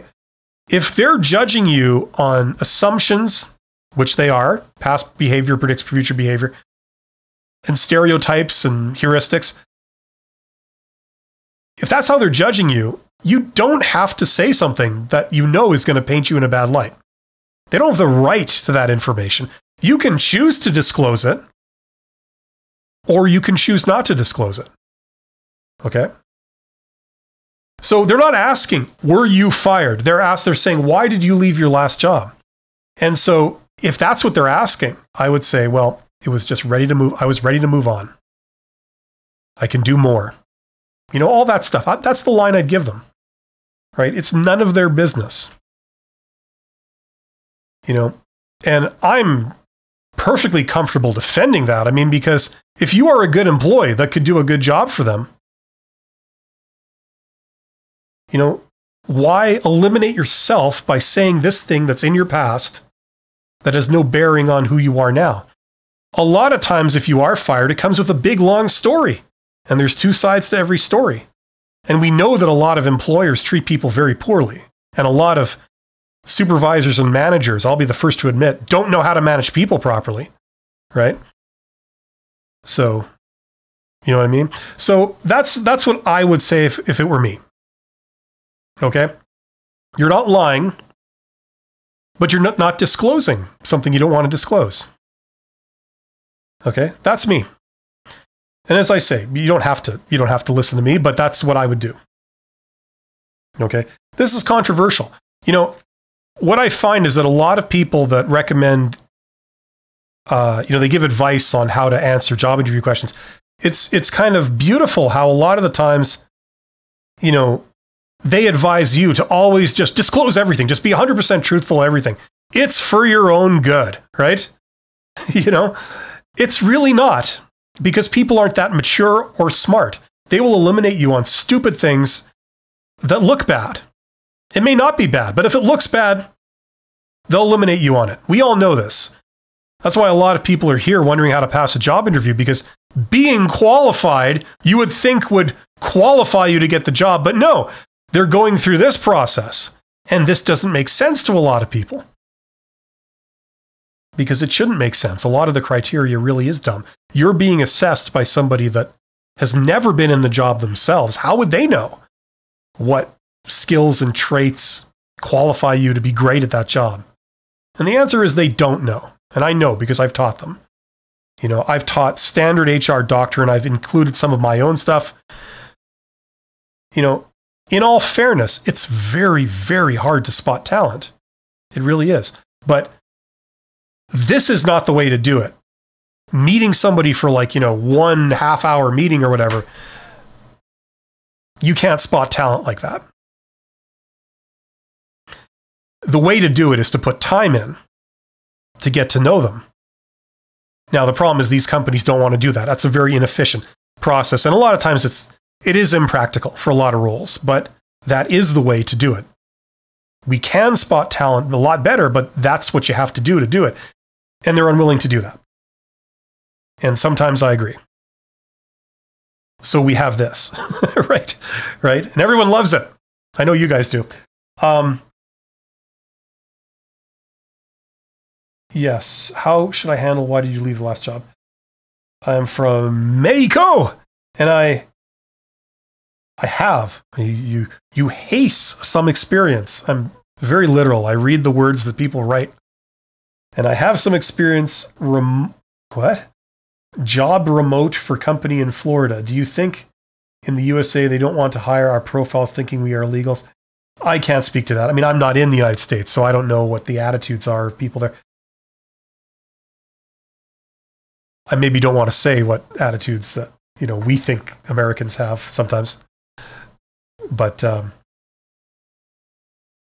yeah, I mean, once again, you're a victim of this reliance of perception, the over-reliance of perception. To solve your problem, once again, I come back to the thing I usually come back to, which is get the job on the hidden job market. Make contact with people high up in the organization. Present yourself very professionally. Don't take this as bad criticism, but the number one thing I think you can do if you're communicating, if you're doing this in English, please clean up your spelling and grammar. It would be a lot better for you to do that. It's not that hard to do, okay? But approach it that way, and then this whole topic that you're concerned about, the whole illegal thing, that will never enter into it. Okay. I am an engineering student and I don't have a lot of experience under my belt. I have my interview in a week, so I'm trying to find possible questions. Like questions to ask them. Yeah, like what I said. I don't know if you were in the chat 15 minutes ago. Somebody asked that and I answered. But I also have a video on that, so go and check out my channel. When the answer to what questions do you have for us? Okay, I did a video on that. It's actually very short. It's 2 minutes. Somebody says, good morning. Good morning. Good morning. It still is morning for me. It's 11 a.m. here, and I'm going to be winding this down pretty soon. So if you're into Patreon, I have a Patreon. If you're into that, some people are, some people aren't. I have several Patreons. I thank them for supporting this. And once again, if you would like a sort of comprehensive guide to how to get a job, consider checking out my course in the description box below. It's called Get Hired, my Get Hired course. There's another one called the $100 MBA if you want to learn business. It's huge bang for the buck. So check those out. A lot of people have gotten them, and they've said very nice things about it. And it's basically like, my approach to everything in a systematic, comprehensive place in order, step by step. So if that's of any use to you, check that out. Now, these live streams are going to be archived on my second channel, The Company's Expert 2. So this will be up for maybe 12 hours, something like that on my main channel. And beyond that, I'm taking it down. I move it over to my second channel, The Company's Expert 2. So if you have any interest in going back and seeing those, that's where they all are. So check out my second channel, The Company's Expert 2. And I want to thank everybody here. We've got some great questions. Thank you for the super chats. We had at least one, so that was awesome. And hopefully I answered that person's question to their satisfaction. If you do have any questions, don't type them into the comments. Ask them in the live chat. And I'm doing these on Sundays and Wednesdays. So if you're available on either of those days and you want to do more, you've got a question, show up, ask a question, and I'll do my best to help you out. Anyway, that's pretty much it. It's been 2 hours, so I'm going to start wrapping this up. Thank you so much for being here. You guys are awesome. Always remember, you are highly employable. You have a lot of value. This process of finding a job, it's demoralizing. It makes us feel that we're less valuable than we actually are. It makes us feel like our prospects are bleaker than what they actually are. Okay? It's all an illusion. Especially when you're young, we tend to take this stuff to heart. The rejection can really sting. It's all fake, okay? You have value, you are employable, and there are a lot of job prospects out there. It's just a question of learning where they are, how to discover them, how to apply for them, how to qualify for them, how to get through the job interviews, and things like this. So thank you so much. You guys are awesome. Somebody says, just one last thing. Somebody says, I've been having a lot of trouble with recruiters. The first threw out my resume with the hiring manager, without even seeing it. But the hiring manager made them bring it back. Yeah, I mean, do I need to say any more? That's what we're dealing with. It's childish and it's silly. Okay? You guys are going to do fine. Okay? Do what you're doing. Improve yourselves.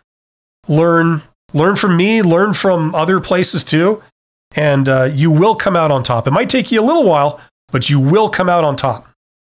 Thank you so much. I will see you guys on the next one. Take care.